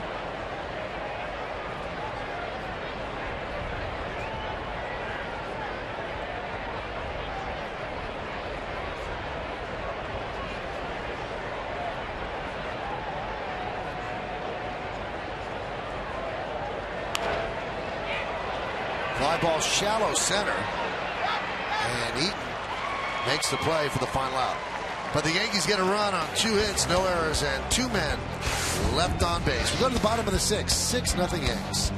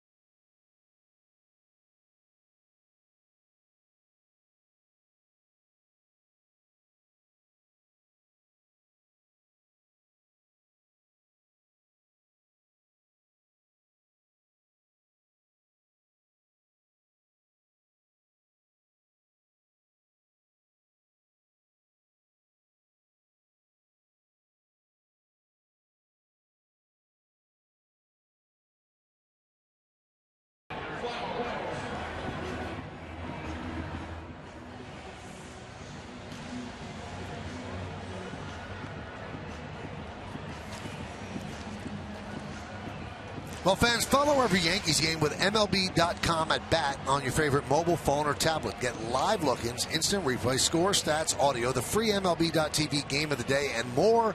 Download on the App Store or visit Yankees.com today.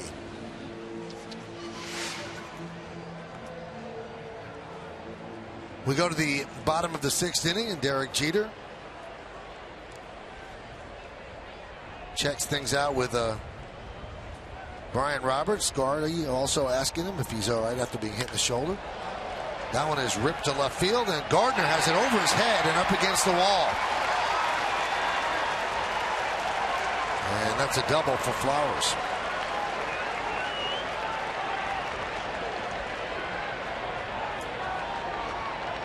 It's a tough sky, a tough Sunday here in Chicago. This ball was hitting like a rocket to left field. So Adam Eaton misplay a ball in center field. Now Brett Gardner in left. Yes, Mo, brought to you by your Mercedes-Benz Tri-State dealers. Flowers hitting .314 after that double. The American League average for number 9 hitters is .225. Flowers probably their most improved player from last year to this year.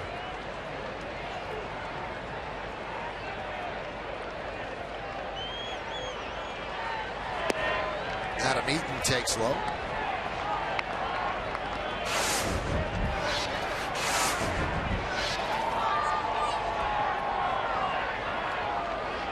First time Tanaka's really in any trouble this afternoon. 6-run lead, leadoff double in the 6th.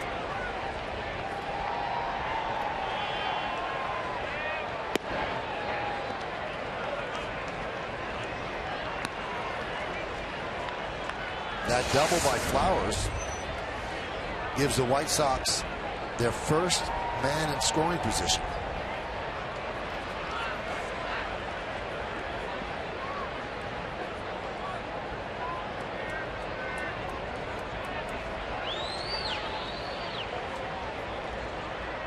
Two 0.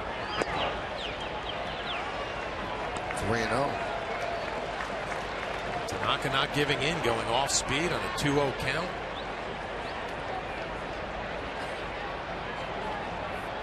So a lot of pitchers in this situation, a 6-run lead, they just start pumping fastballs on the outer half, trying to initiate some contact. Right in there for strike, 3-1.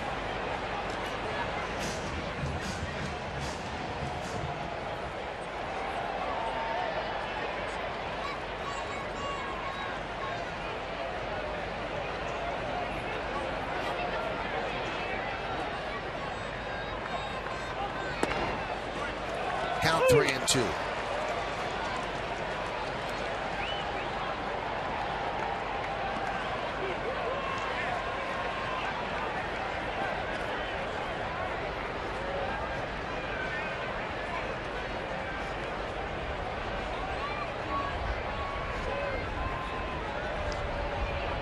And the payoff. Swing and a miss. Eaton down on strikes. So the Yankees had trouble with Eaton in the first 3 games, 8 for 14, but today he's 0 for 3. Good job by Tanaka getting back into the count with 2 fastballs, and then he goes with the split on a 3-2 count. And Adam Eaton just waves. Looking for the fastball, he got the split.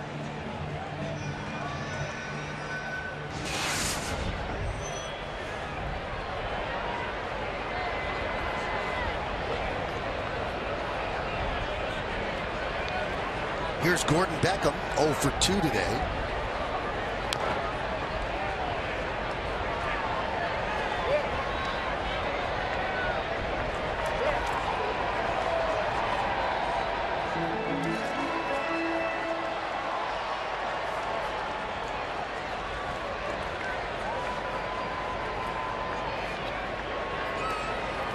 Fly ball to center and a strikeout.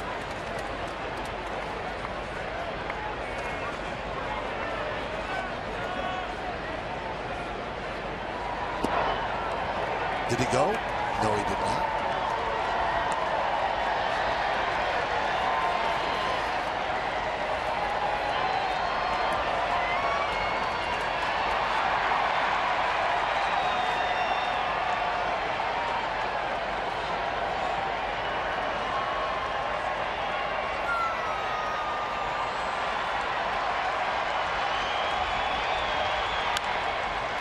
High fly ball, left field. Gardner makes the play for the second out.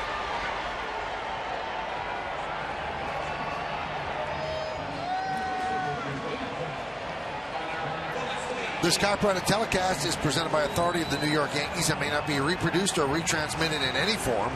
And the accounts and descriptions of this game may not be disseminated without the express written consent of the New York Yankees.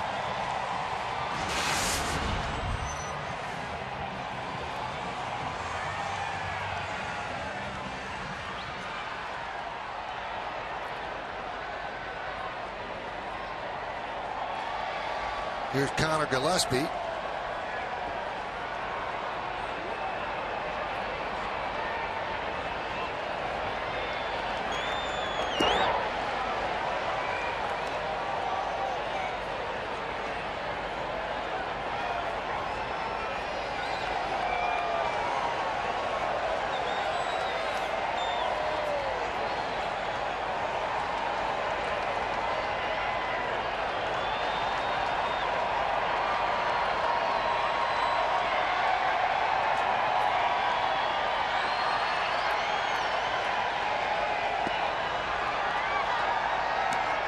count 2-0.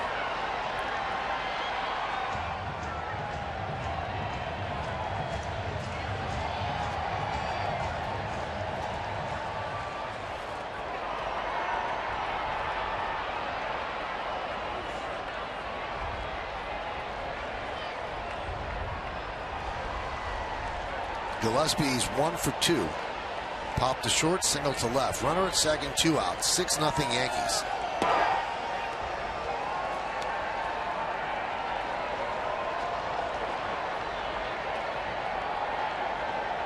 The White Sox working some deep counts here in the 6th inning, but have nothing to show for it so far.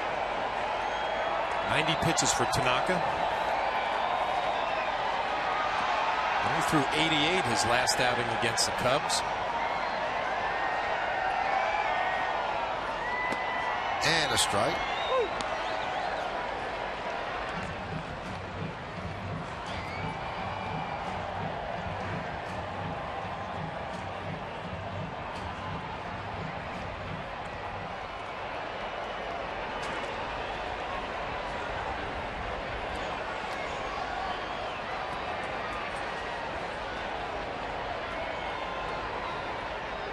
And Tanaka deals. 5-ball shallow left. Coming on is Gardner. He can't make the play.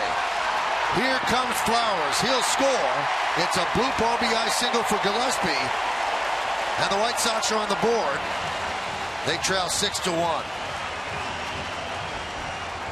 Well, the White Sox are on the board, but something has to be going on either with the sun or tough picking up the baseball off the bat. As you see the fastball coming off the fingertips, Gillespie slaps it the other way, but Brett Gardner, not a good jump. Trying to make it up for it with his speed. He can't do it.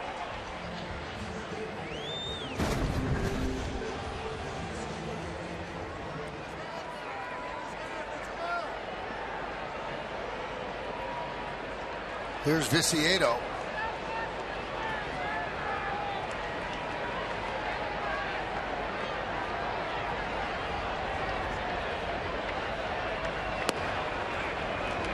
And a strike.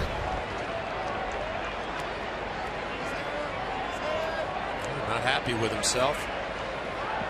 More than anything, just getting behind with breaking balls, being a little bit too fine. I mentioned a lot of deep counts, a lot of 3-ball counts here in the 6th.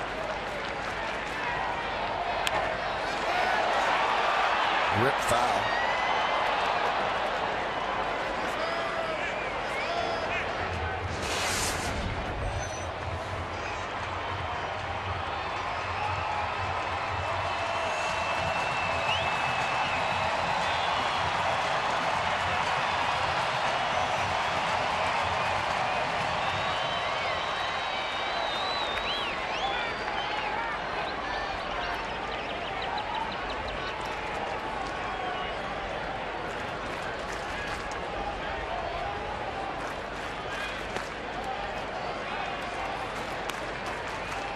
Count 1-2.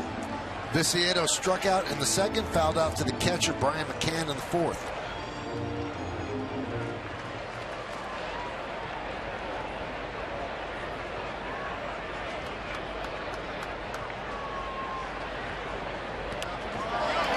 And that one gets past Brian McCann. Moving to 2nd is Gillespie. For the first 5 innings, everything had looked so easy for Tanaka. A split, Brian McCann goes with the backhand instead of trying to block it, gets by him.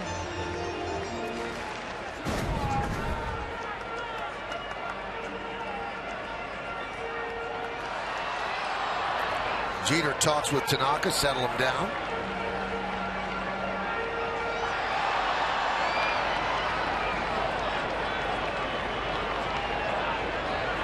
Two balls, 2 strikes, 2 outs. Runner at 2nd. Yankees lead 6-1, bottom of the 6th. And Tanaka deals. Did he go around? Yes, he did. And that'll do it for the White Sox in the inning. And Viciedo slams his bat down in anger, either at the umpire or himself. Well, the White Sox get a run on 2 hits, no errors, and 1 man left. They hit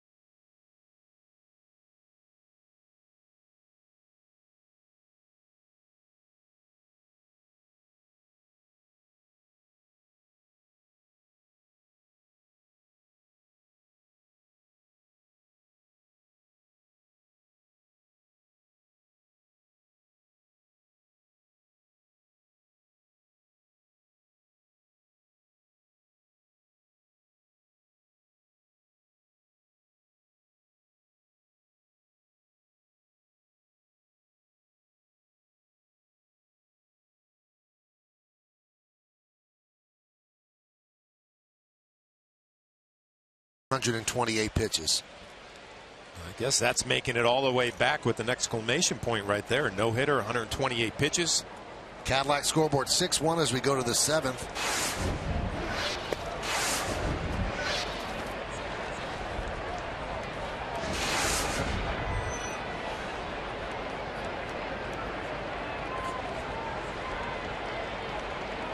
Well, if you get Beckett back, and you add in Clayton Kershaw and Zach Greinke, Don Mattingly has a pretty good staff, and Ryu as well.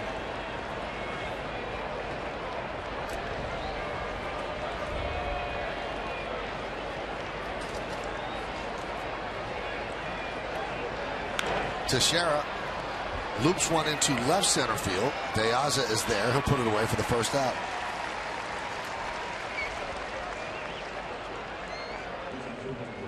Scott Carroll, who was in the rotation but left the rotation when Sal came off the DL, is now in the bullpen and warming.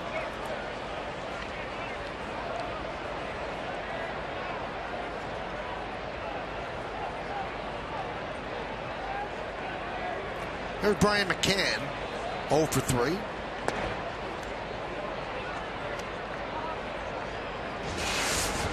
I don't know if you were as entertained between innings as I was, Michael.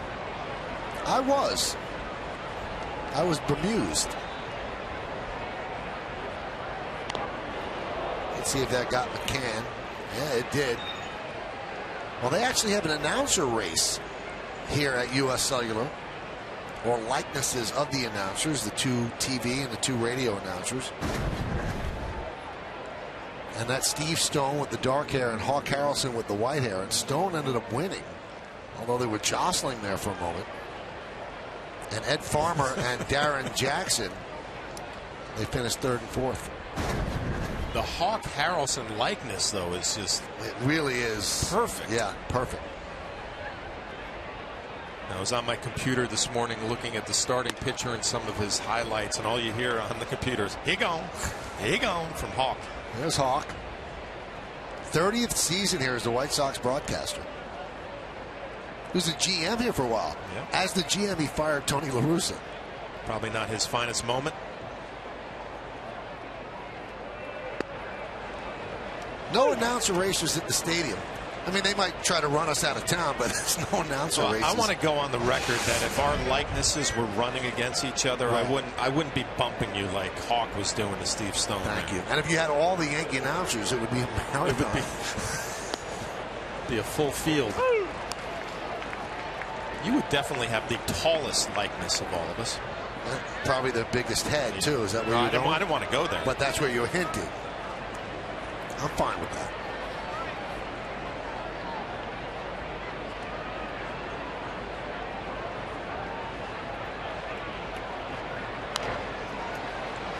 Throw a little John Sterling and Susan Waldman.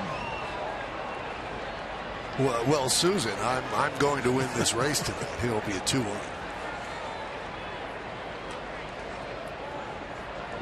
There's John and Susan.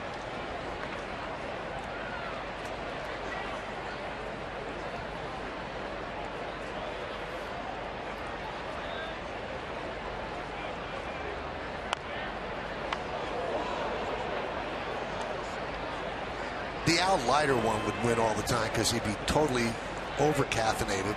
Just beat everybody.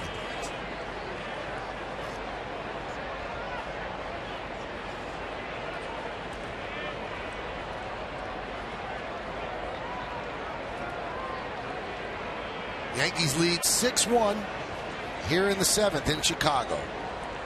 McCann leads off first. The 1-2 to Solarte. It's fouled back.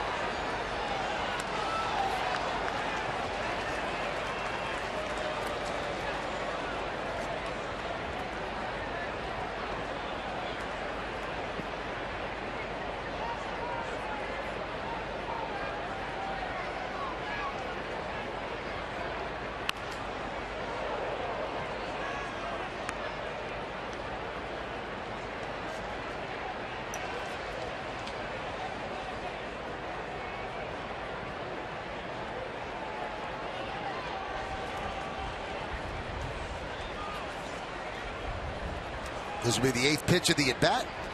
And the 1-2. Foul back here and over the booth.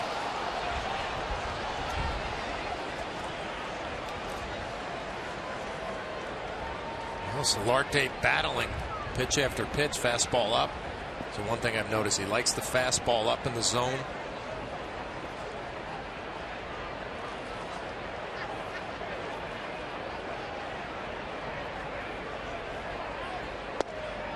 Strike 3. Solarte does not like the call. Guerra goes with the fastball up and then comes back with another one down and away. Flowers brings it back up to the strike zone. Solarte does not like the call.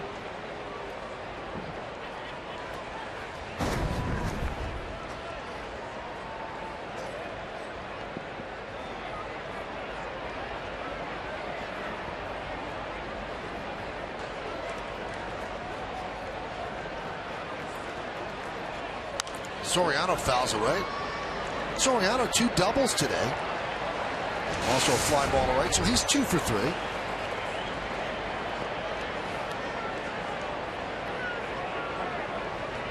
His last at bat in yesterday's game in the 9th inning, a double and an RBI.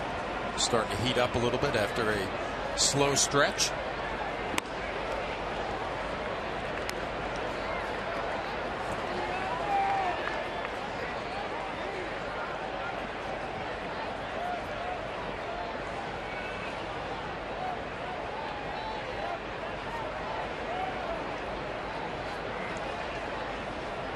The 1-1. 95 miles an hour upstairs, 2-1.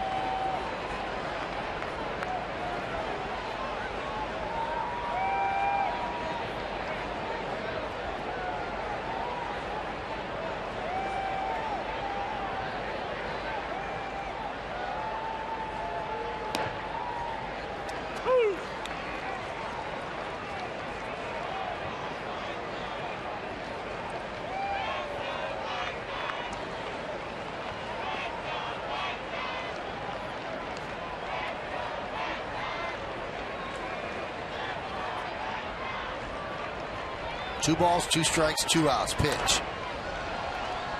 Still 2-2.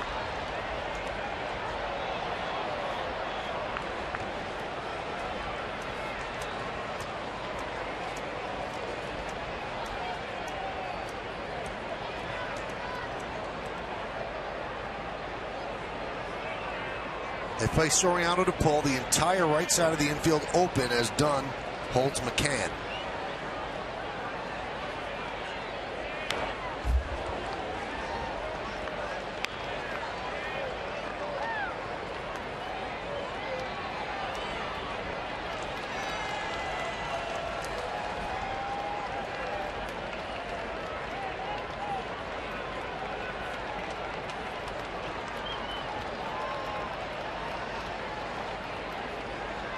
And Guerra deals. Popped up. Dunn gives it a look, but it's in the seats and out of play. Oh, another good battle going on here between Soriano and Guerra.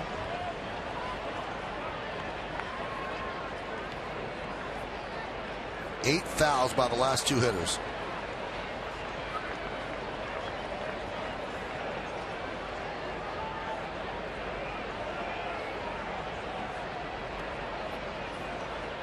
Swing and a miss, and Guerra wins that battle. No runs, no hits, no errors, and 1 man left at the end of 6.5. It's time for the 7th-inning stretch here at U.S. Cellular as the Yankees lead this one 6-1. But on this moment,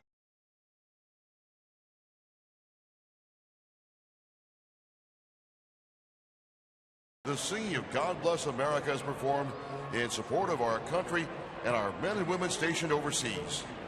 Please welcome Miles Hayes for the singing of God Bless America. God bless America, land that I love. Stand beside her and guide her through the night with a light from above.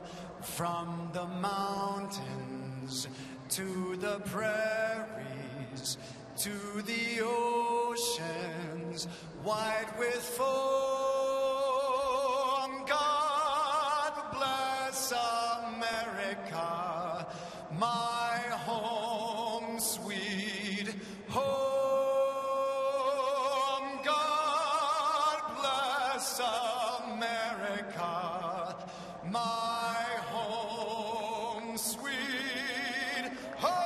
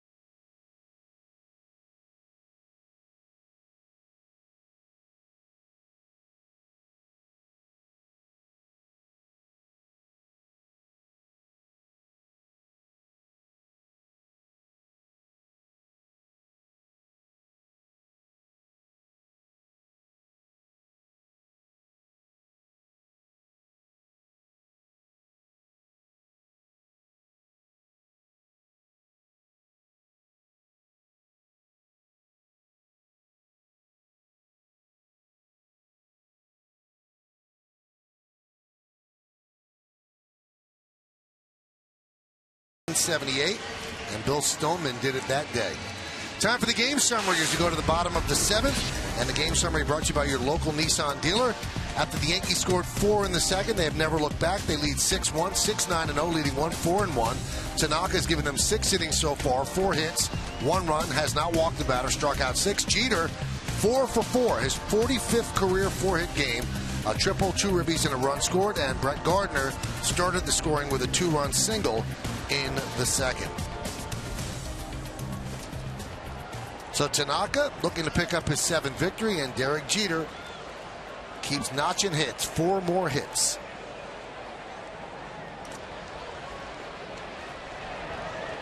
Adam Dunn will lead it off. Cadillac scoreboard 6-1 Yanks. The pitch is low. If the Yankees can hold on here, it would be Tanaka's 7th win, and that would tie him with Rick Porcello of the Tigers for 2nd most in the American League. The top spot is held by Mark Burley, a former White Sox pitcher, who has 8 wins for Toronto. Porcello may be breaking out in Detroit, having a big year. He's always been a talented young pitcher. Off to a good start.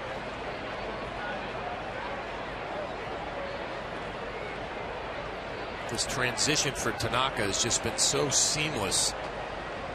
Coming in with all the fanfare in spring training, making the adjustments that he had to make. Just seems like it's easy for him.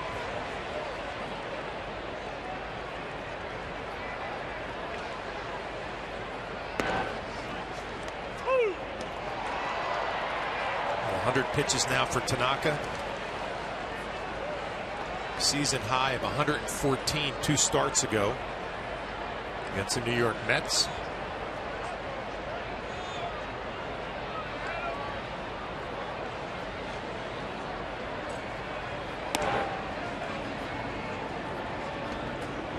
Count 2-2.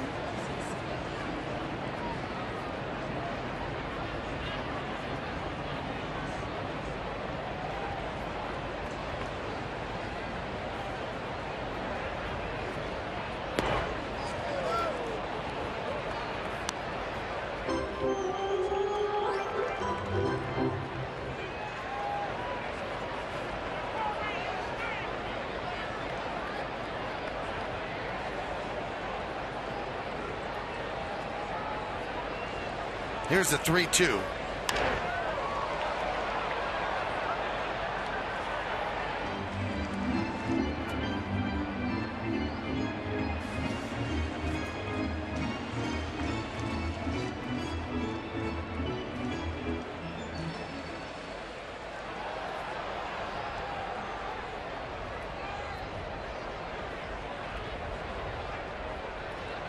And the 3-2.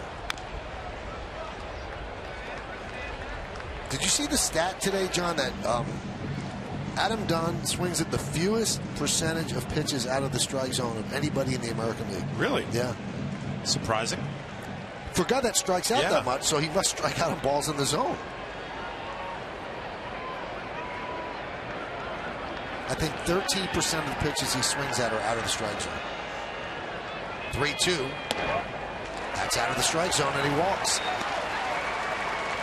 And we're excited about going to St. Louis. It's a classic Memorial Day matchup when the Yankees take on the Cardinals in an afternoon matinee tomorrow. Our pregame coverage is going to start at 3:30. Then Tuesday night, Yes has pre- and postgame coverage around Game 2 on My 9. And Wednesday, full coverage of the series finale starts at 7, only on Yes. Yankees and the Cardinals. I have to watch that one by the pool tomorrow night. Nice.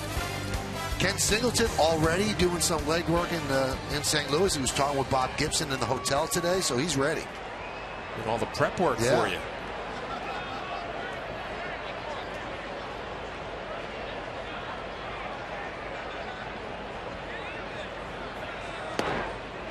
There's a strike. You know what hotel you're staying at? I know you can't give out that information. Yes, I do. Yep.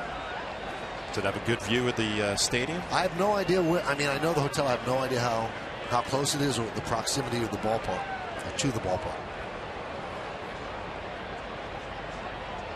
I haven't been to St. Louis very often. It was one of my favorite stops. Stayed in the hotel right next to the stadium. Can walk back and forth.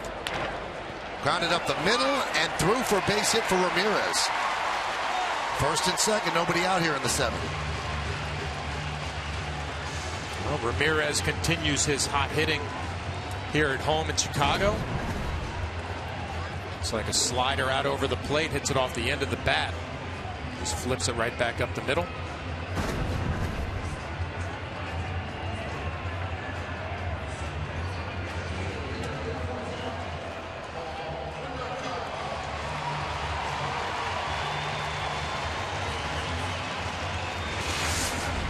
White Sox average just over 5 runs a game, so this game by no stretch of the imagination is over. And you see the pitch count for Tanaka, 107, so he's probably not going to be here in the 9th. Big moment in this game, first and second, nobody out. Konerko at the plate. Chop foul. Well, Tanaka got Konerko to hit into a double play, his last at bat in the 5th. We're looking for the same thing as Adam Warren is getting loose in the Yankee pen.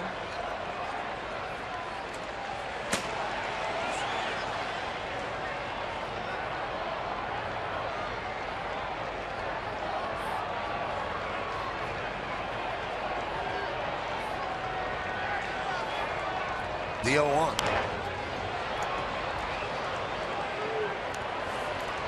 Looking at some scores, the Red Sox had tied the game up at 3. And Tampa Bay has answered with 5 runs. 8-3 they lead, and Boston is poised to lose their 10th game in a row. First place Toronto just finished sweeping the Oakland A's. Oakland now 30-20 after losing 3 straight to Toronto. There might be another David Ortiz quote coming, right? What was that the other day? We stink. Yeah. And also I'm reading online that there's a little bit of an altercation between the Rays and the Red Sox because Yunel Escobar stole 3rd in the 7th inning, up 8-3. Line drive right at Jeter. Throw to second. In time, double play. How could Dunn get doubled up on a ball hit in front of him when you're down by 5 runs? Well, the old saying, you freeze on a line drive. Your instinct when the ball is hit hard, you want to take a step towards the next base. But you're taught to freeze. He really doesn't even take maybe a half a step, and that was the difference. Tanaka gets the double play he was looking for, although it was not the conventional ground ball variety.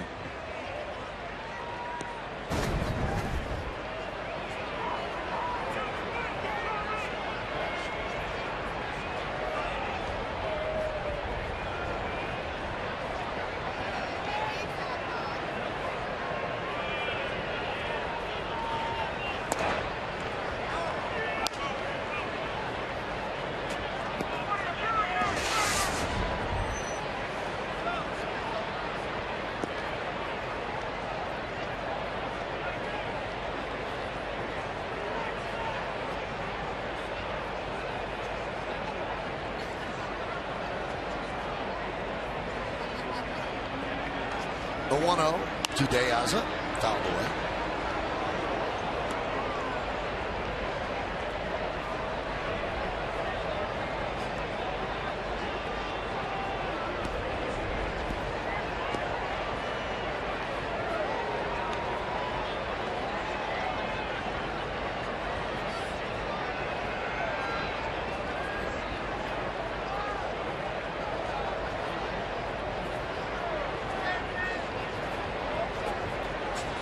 The 1-1.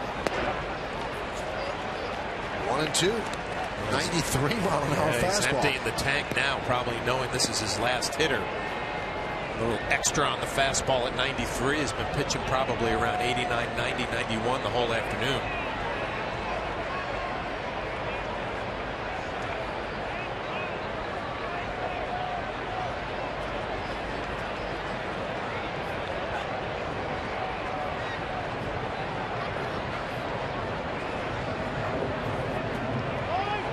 Time was called, and they say balked. I think time was called before that. So the third base umpire, Jeff Nelson, said balk, but he's corrected by Dan Bellino, who said, listen, I called time before he balked.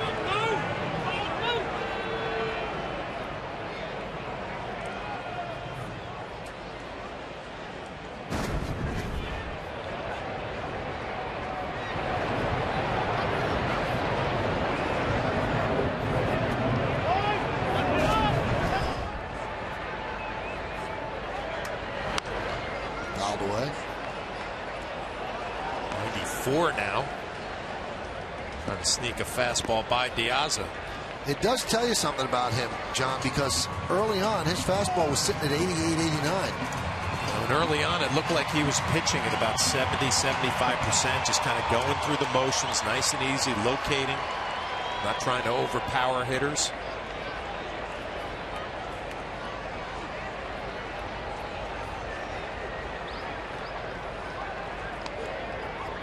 Chasing Ramirez back.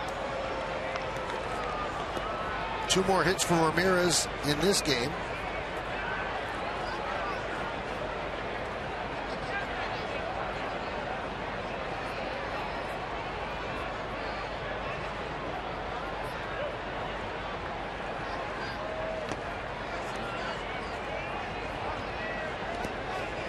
Count 2-2. So at 115 pitches.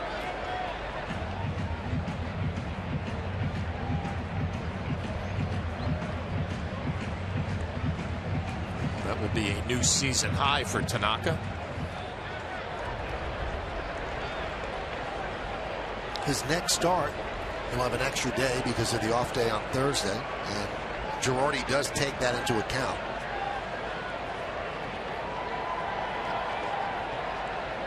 The 2-2. 3-2.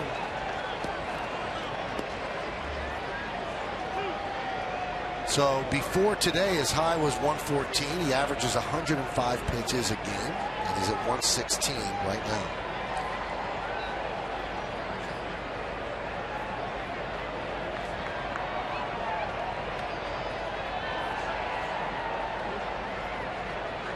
Runner goes, popped up behind the plate.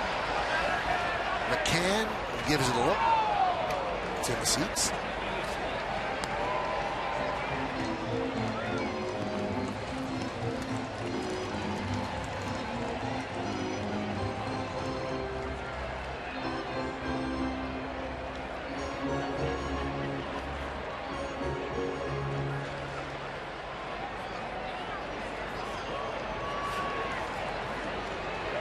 This will be the 8th pitch of the at-bat.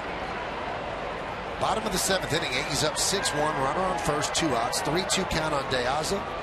Ramirez will go. And the 3-2. Bounced it up there. De Aza works a walk, second walk of the inning.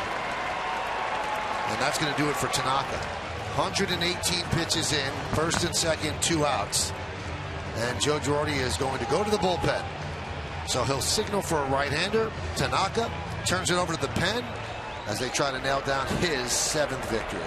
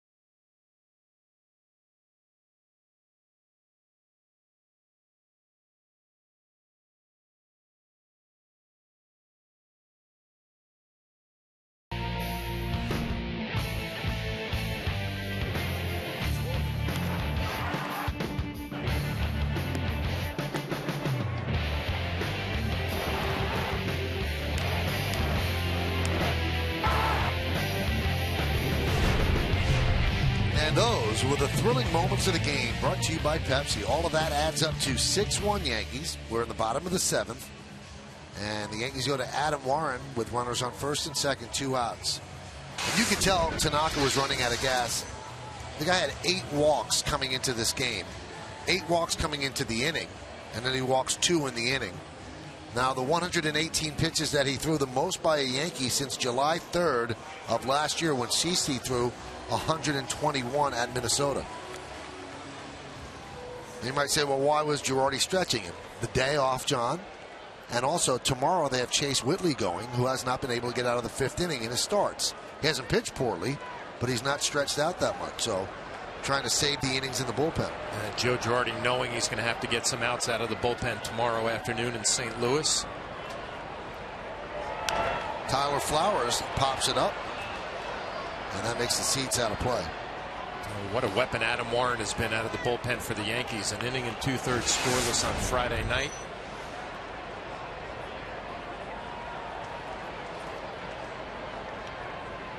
Trying to protect a 5-run lead.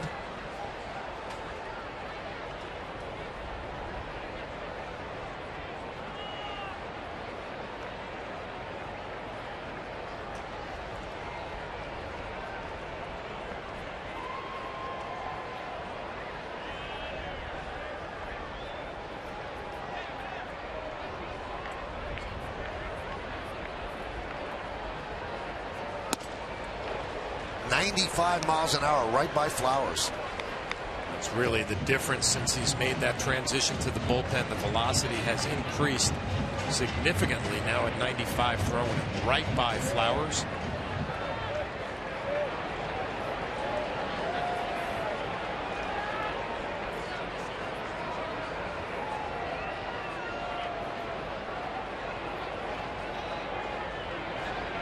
The 0-2. 1-2. Adam Warren now has the weapons. He could pitch up in the zone if he chooses to with that fastball at that velocity. He'll get a lot of swings and misses for strikeouts if you elevate. Obviously, if you don't have that type of velocity, you want to keep the ball down a little bit more.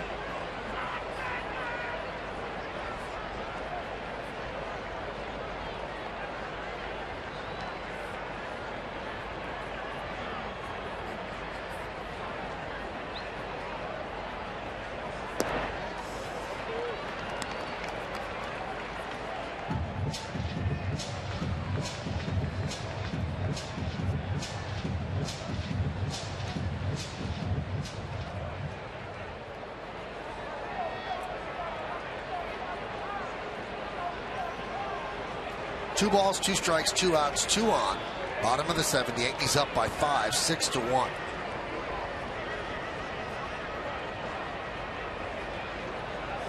Swing and a miss. 95 upstairs. Flowers down on strikes. And Warren does the job. No runs a hit and 2 men left. Let's go to the 8th. Yankees up by 5.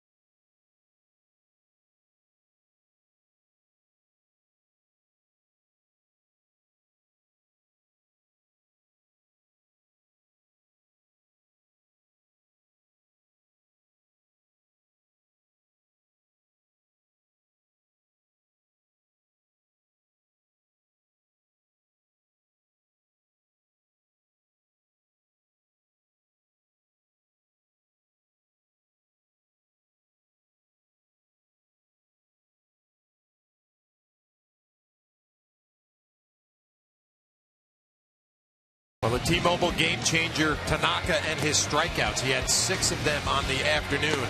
Good split finger fastball back-to-back there. Another one. Swing and a miss. Beckham. Wouldn't say he had the best stuff we've seen all year long, but plenty enough to win. Good slider right there to Visaido. The T-Mobile game changer. Joe Girardi has to get 7 outs out of his bullpen. Adam Warren got 1 of them. Robin Ventura goes back to his bullpen, and it's going to be Scott Carroll. Well, he's had 5 starts with the elevated ERA. Got off to a good start and then had a couple of rough starts. Opponents hitting .368 against Carroll. In his major league debut at the age of 29.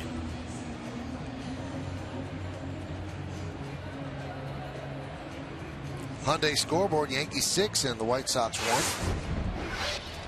1. Carroll got off to a good start. His first 2 starts in the big leagues, 0.68 ERA. Since then, 6.49. Here's Ichiro against Carroll, working from the stretch. I'd say a debut at 29 is probably a little bit more appreciated than a debut at 21. Well, Robin Ventura was telling me a great story about Carroll. His first big league start, he threw really, really well. And Robin went out there. Ground ball to second. Beckham. You know how managers will take the baseball from the pitcher. And Robin actually said, you know what, you're going to keep that ball in your hand. And you're going to look around the stadium. And you're going to take this moment in. And then he said, when you walk back to the dugout, you're going to do the dig me strut as you walk back to the dugout. And you're going to look at your family and appreciate them cheering for you, everything you've been through. There's a guy who gets it, Robin Ventura. A long time in the minor leagues, 29 years old. John, you just choked me up with that story. That's unbelievable that a manager would be so caring like that, to have him take note of what's going on in your life right here. Wow. Gave me the whole background too on the conversation, who's pitching well in AAA, who's not. And the minor league people said, listen, the best guy who's throwing the ball down here is this Carroll guy, but he's older. He's 29 years old. Brian Roberts with a high fly ball to right field deep. Viciato back, looking up. See ya. Boy, the wind took that one, and it took it over the fence for a home run. A home run for Brian Roberts. His second of the year, and the Yankees lead 7-1.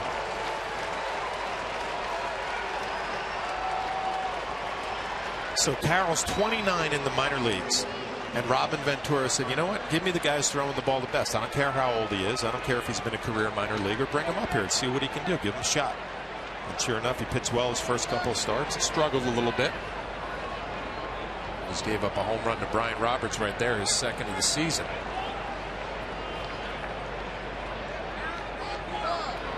Well, John, I don't know if it's the sky with no clouds or a sudden wind, because we've seen Adam Eaton turn around. We've seen Viciato turn around. The ball didn't even look like it was going to make the warning track. It ends up in the bullpen. Something's going on out there. Brett Gardner's had a tough time. Foul ball. Now that home run right there reminded me of Ellsbury. Kind of got up into the wind in right field and just kept carrying.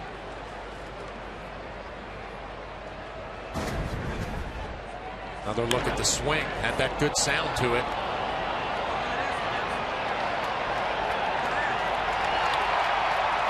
Wind, sun, the whole 9 yards.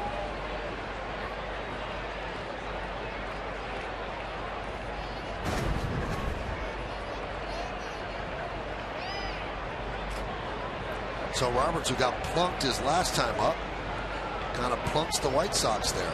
The 0-2. High fly ball deep left center. That ball is going to be caught by De Aza. Nice play by De Aza for the second out.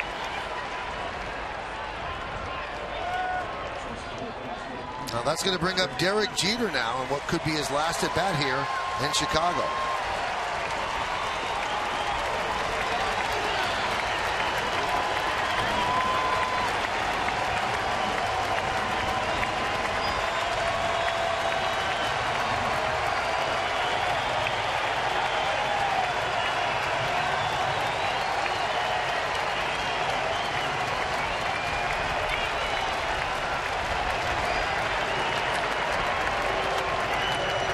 Derek, 3 singles and a triple, 4 for 4, his 45th career 4-hit game.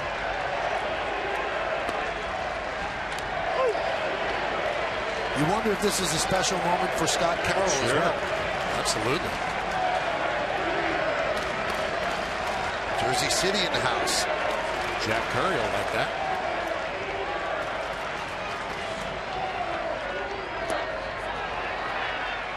Oh, 2.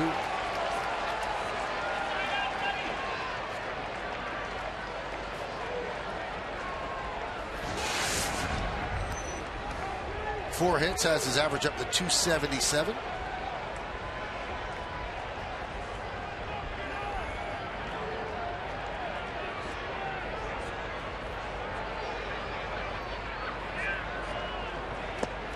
he swings and misses, goes down on strikes.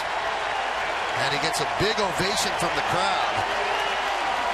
How often do you get a standing ovation after striking out on the road? We go to the bottom of the 8th. Yankees lead this one 7-1.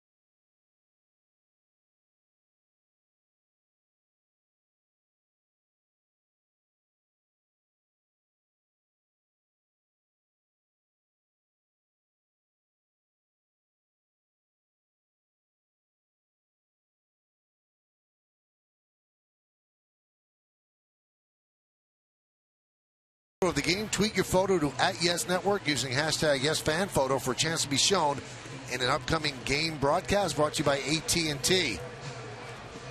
Emu6 sent this picture to us. Two happy Yankee fans. Hyundai scoreboard. Well, that has Yankee fans happy. They lead 7-1, the Bombers do. Adam Eaton starts it off against Warren. Foul back.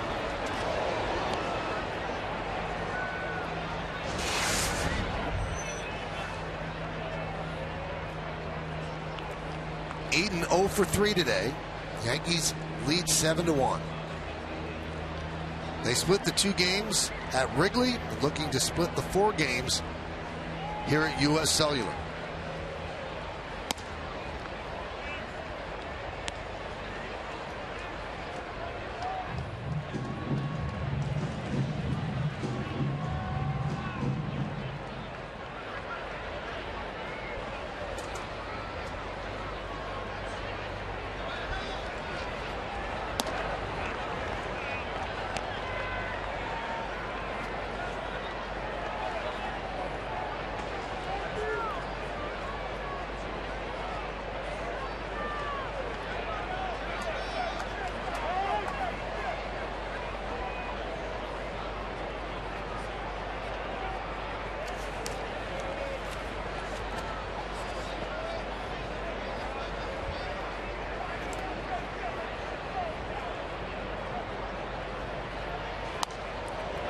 Late hack fouled the bat.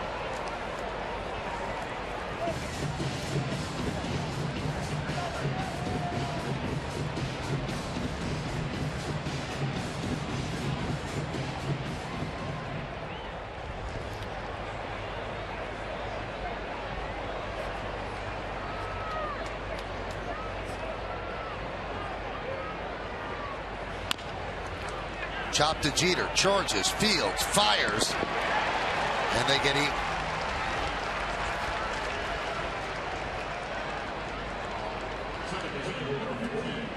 Well, a nice play by Derek Jeter, getting his momentum moving towards first base on the slow chopper. Adam Eaton, the leadoff guy who runs well.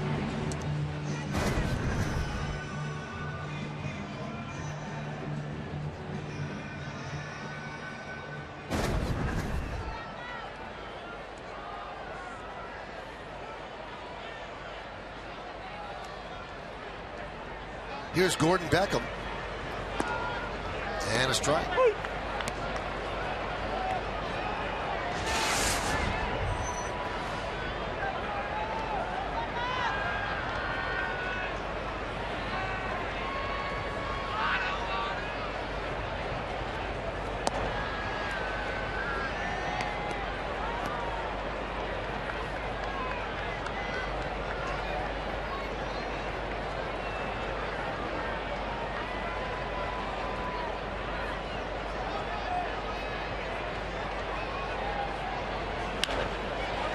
We were talking about Jeter going for a 5-hit game, and I was just reading that Lou Gehrig in his career never had a 5-hit game. Never? He had 54 4-hit games. Never had a 5-hit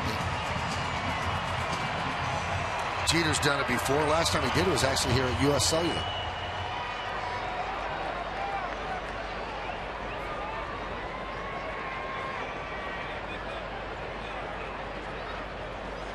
And we were broadcasting his famous 5-hit game the day he got his 3,000th hit against Tampa Bay Rays at the stadium.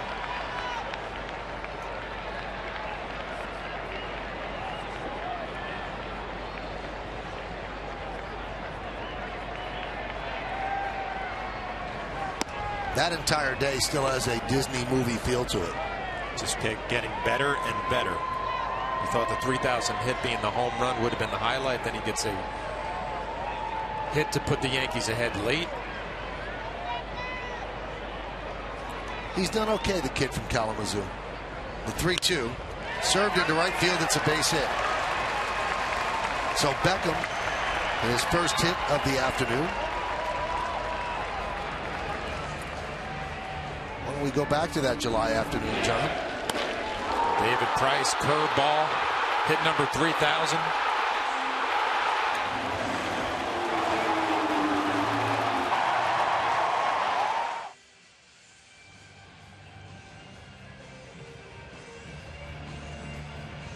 Pretty special day.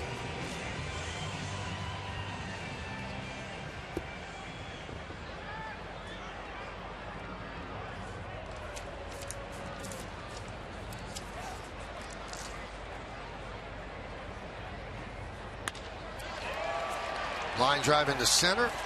Ellsbury is there to retire Gillespie.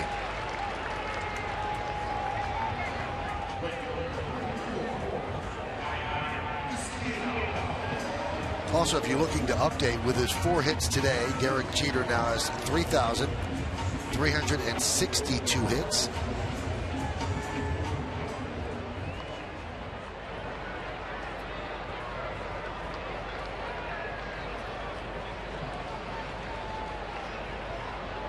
.57 away from tying Carl Yastrzemski for 7th place on the all-time list. Double-barreled action in the Yankee bullpen as Viciedo takes outside 1-0.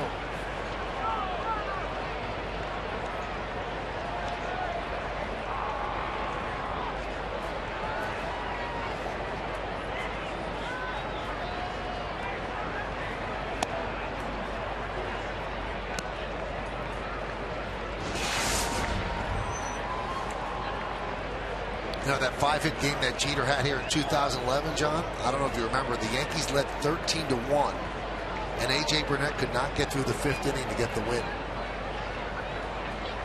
I just saw A.J. was a losing pitcher today against a Josh Beckett no-hitter. And Beckett had a career high in pitches, and John and I just saw a quote from Beckett. He said, Donnie and I talked, and I told him I wasn't coming out of the game. Wasn't much of a two-way conversation then. Sounded like it was one way.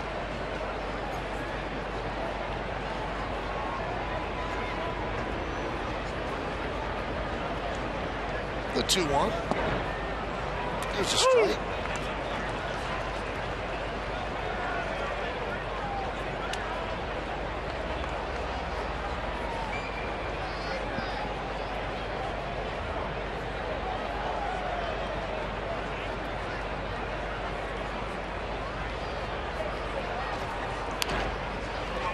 Off the hands, fielded by Jeter, goes to second, the short way to get Beckham, and that will do it. No runs, a hit, no errors, and 1 man left. We're going to go to the 9th inning. It's 7-1 Yankees.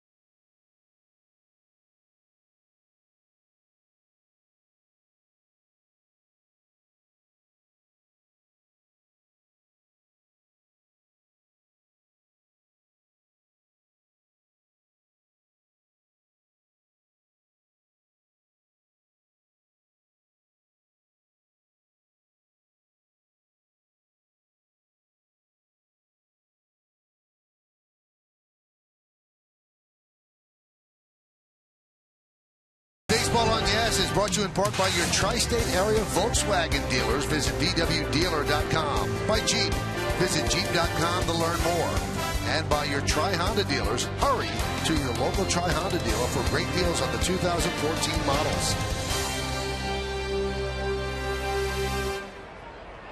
But all sunshine for the Yankees today as they lead 7-1. We go to the 9th inning, and Jacoby Ellsbury in there against Scott Carroll.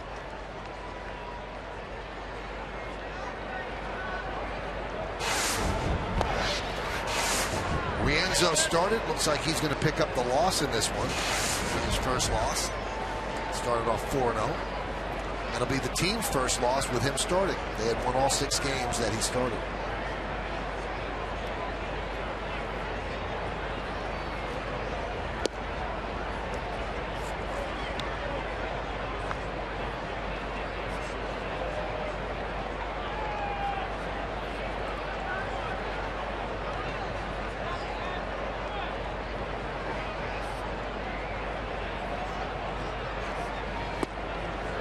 One and two.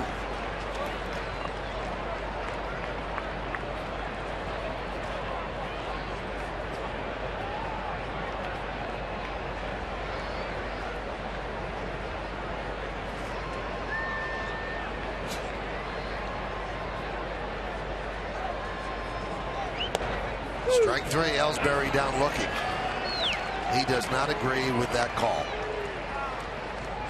So he's 0 for 3 with 2 strikeouts, a sac fly, and a walk. We'll get another look at the pitch. Looks like a fastball in the inner half. Comes back to the inside corner. Ellsbury doesn't agree.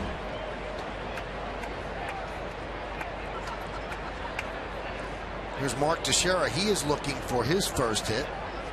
He's 0 for 4 with 2 strikeouts. Shift is on.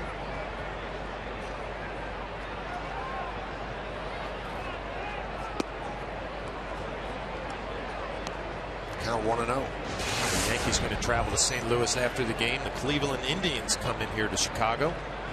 Start a series with the White Sox. They're playing a little bit better after a slow start.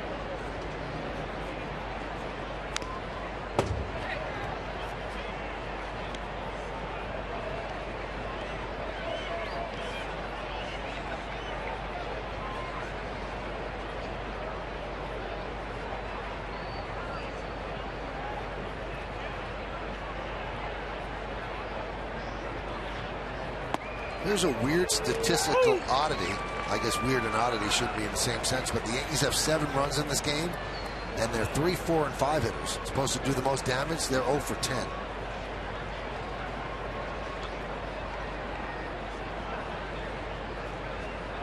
The 1-2. 2-2.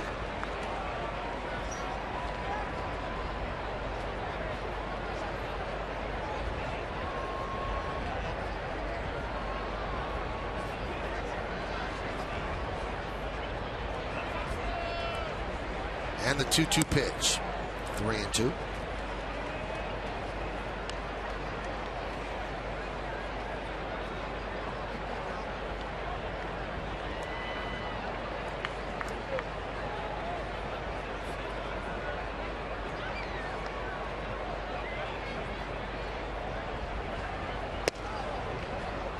And Mark Teixeira works a walk. Coming up after the final out, stay with Yes for the WB Mason postgame. Bob Lorenz and Jack Curry are back in our studios to give you expert analysis of all of today's key plays. Plus, get instant reaction from the players in the clubhouse. It's all coming up on the WB Mason Yankees postgame only on Yes. Meredith Marakovitz will work her way down to the clubhouse momentarily. Here's Brian McCann. Brian 0 for 3 and was hit by a pitch.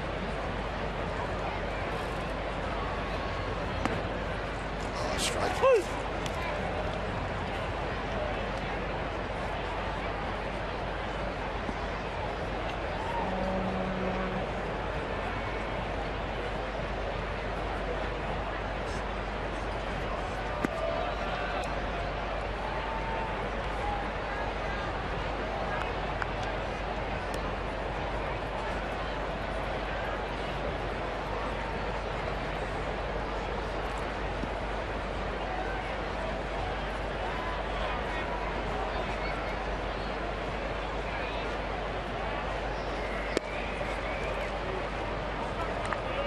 Fastball sits around 91 for Scott Carroll. Got a good mix of good changeup, big breaking ball. Have to make that adjustment now that he's out of the rotation, adjusting to the bullpen.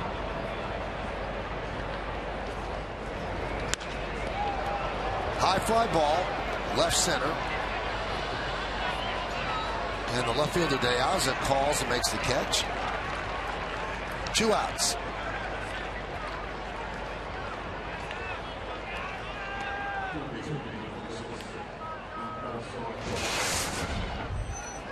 Well, that will bring up Yangervis Solarte.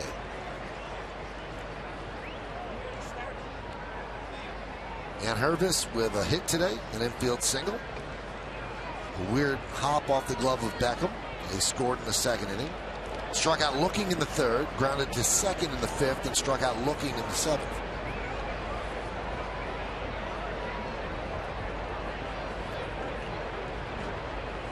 Still hitting over 300 is Solarte.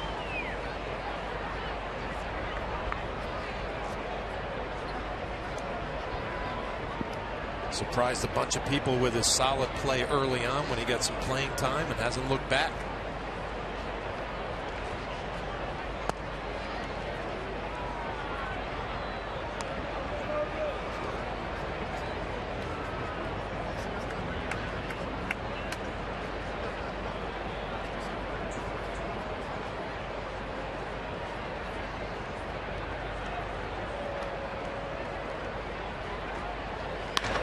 That one is hammered to right field.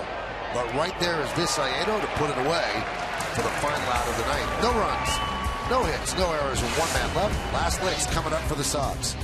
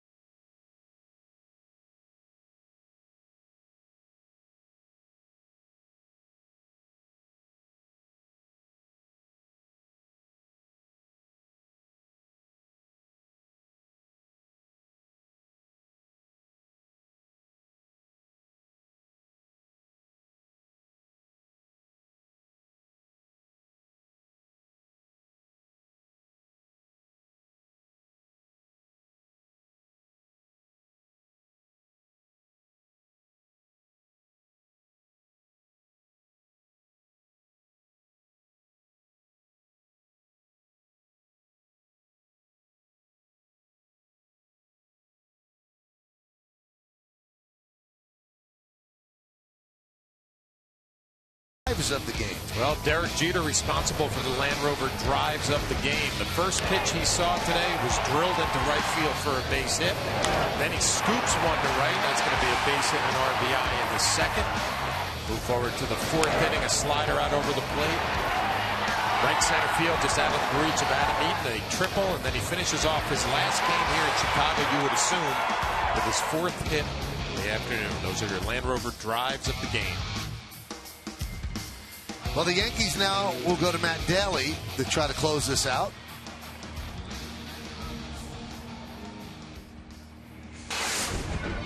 And he will face Adam Dunn first. They're getting some use out of Daly. This is his 8th game.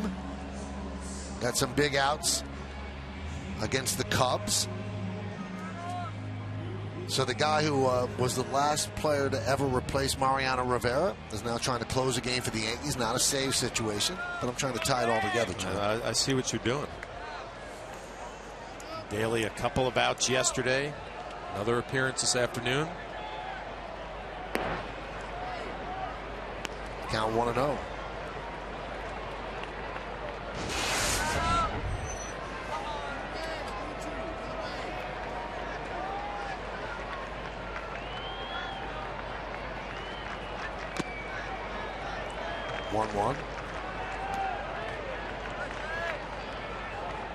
Matt Daly and John Ryan Murphy will be able to tell their grandkids an interesting story about the great Mariano Rivera's last game, and they were both a big part of it.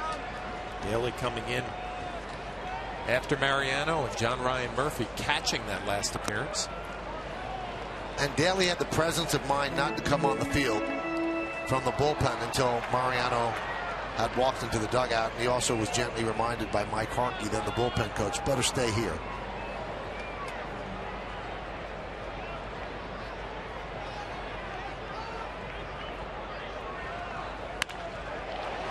Ripped down the right field line for a base hit. Dunn will chug into second with a double as Soriano gets the ball in.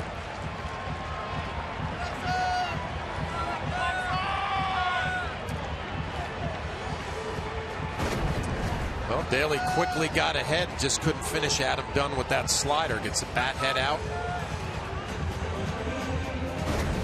Down by 6 runs, he Cadillacs into second with a leadoff double.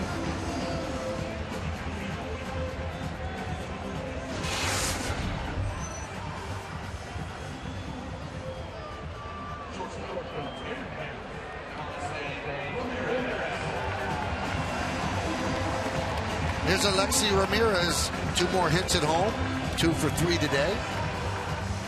So he is 37 for 96 here at U.S. Cellular.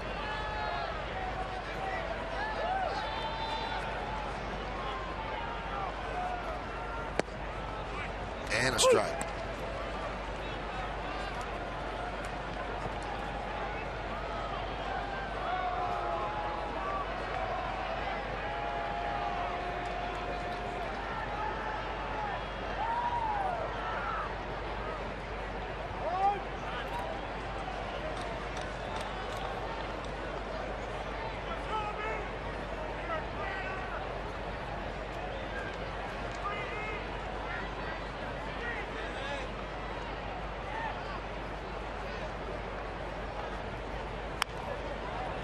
Squib foul.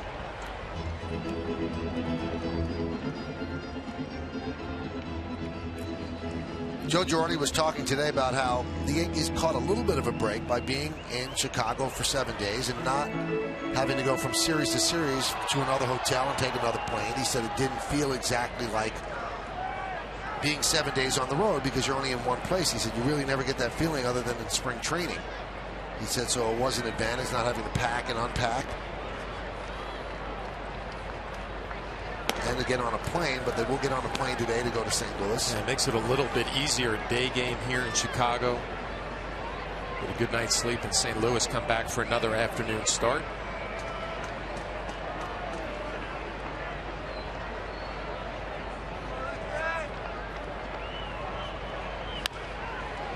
Popped up.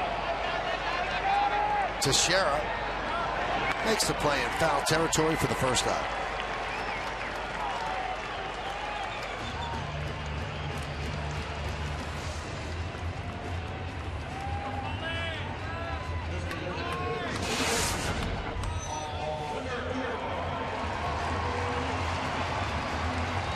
That's going to bring up Paul Konerko, who is 0 for 2, hit into 2 double plays, 1 on the ground, 1 he lined into a double play. Line 1 to Derek Jeter, and Jeter fired to Roberts at second to get Dunn, who strayed too far off the bag. He was hit by a pitch his other time up. Very close to the shadows creeping over home plate. Pitcher would be coming out of the sun, the hitter in the shade.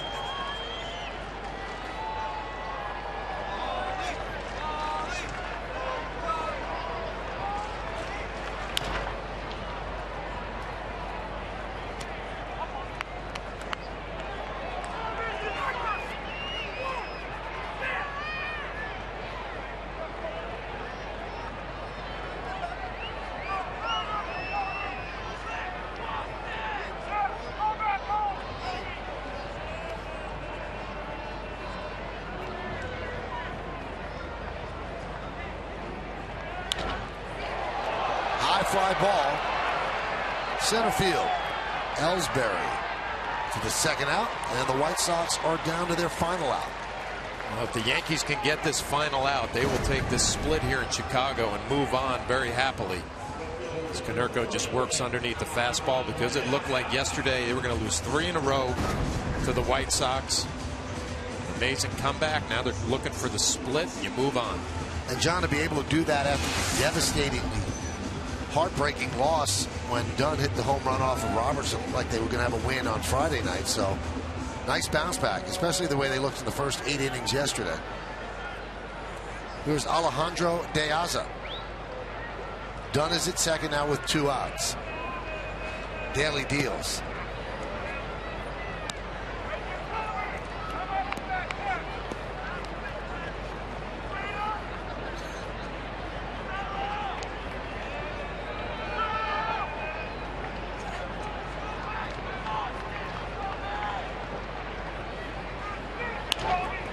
Line to right field, coming on Soriano, and that's going to do it. Yankees win this one 7-1.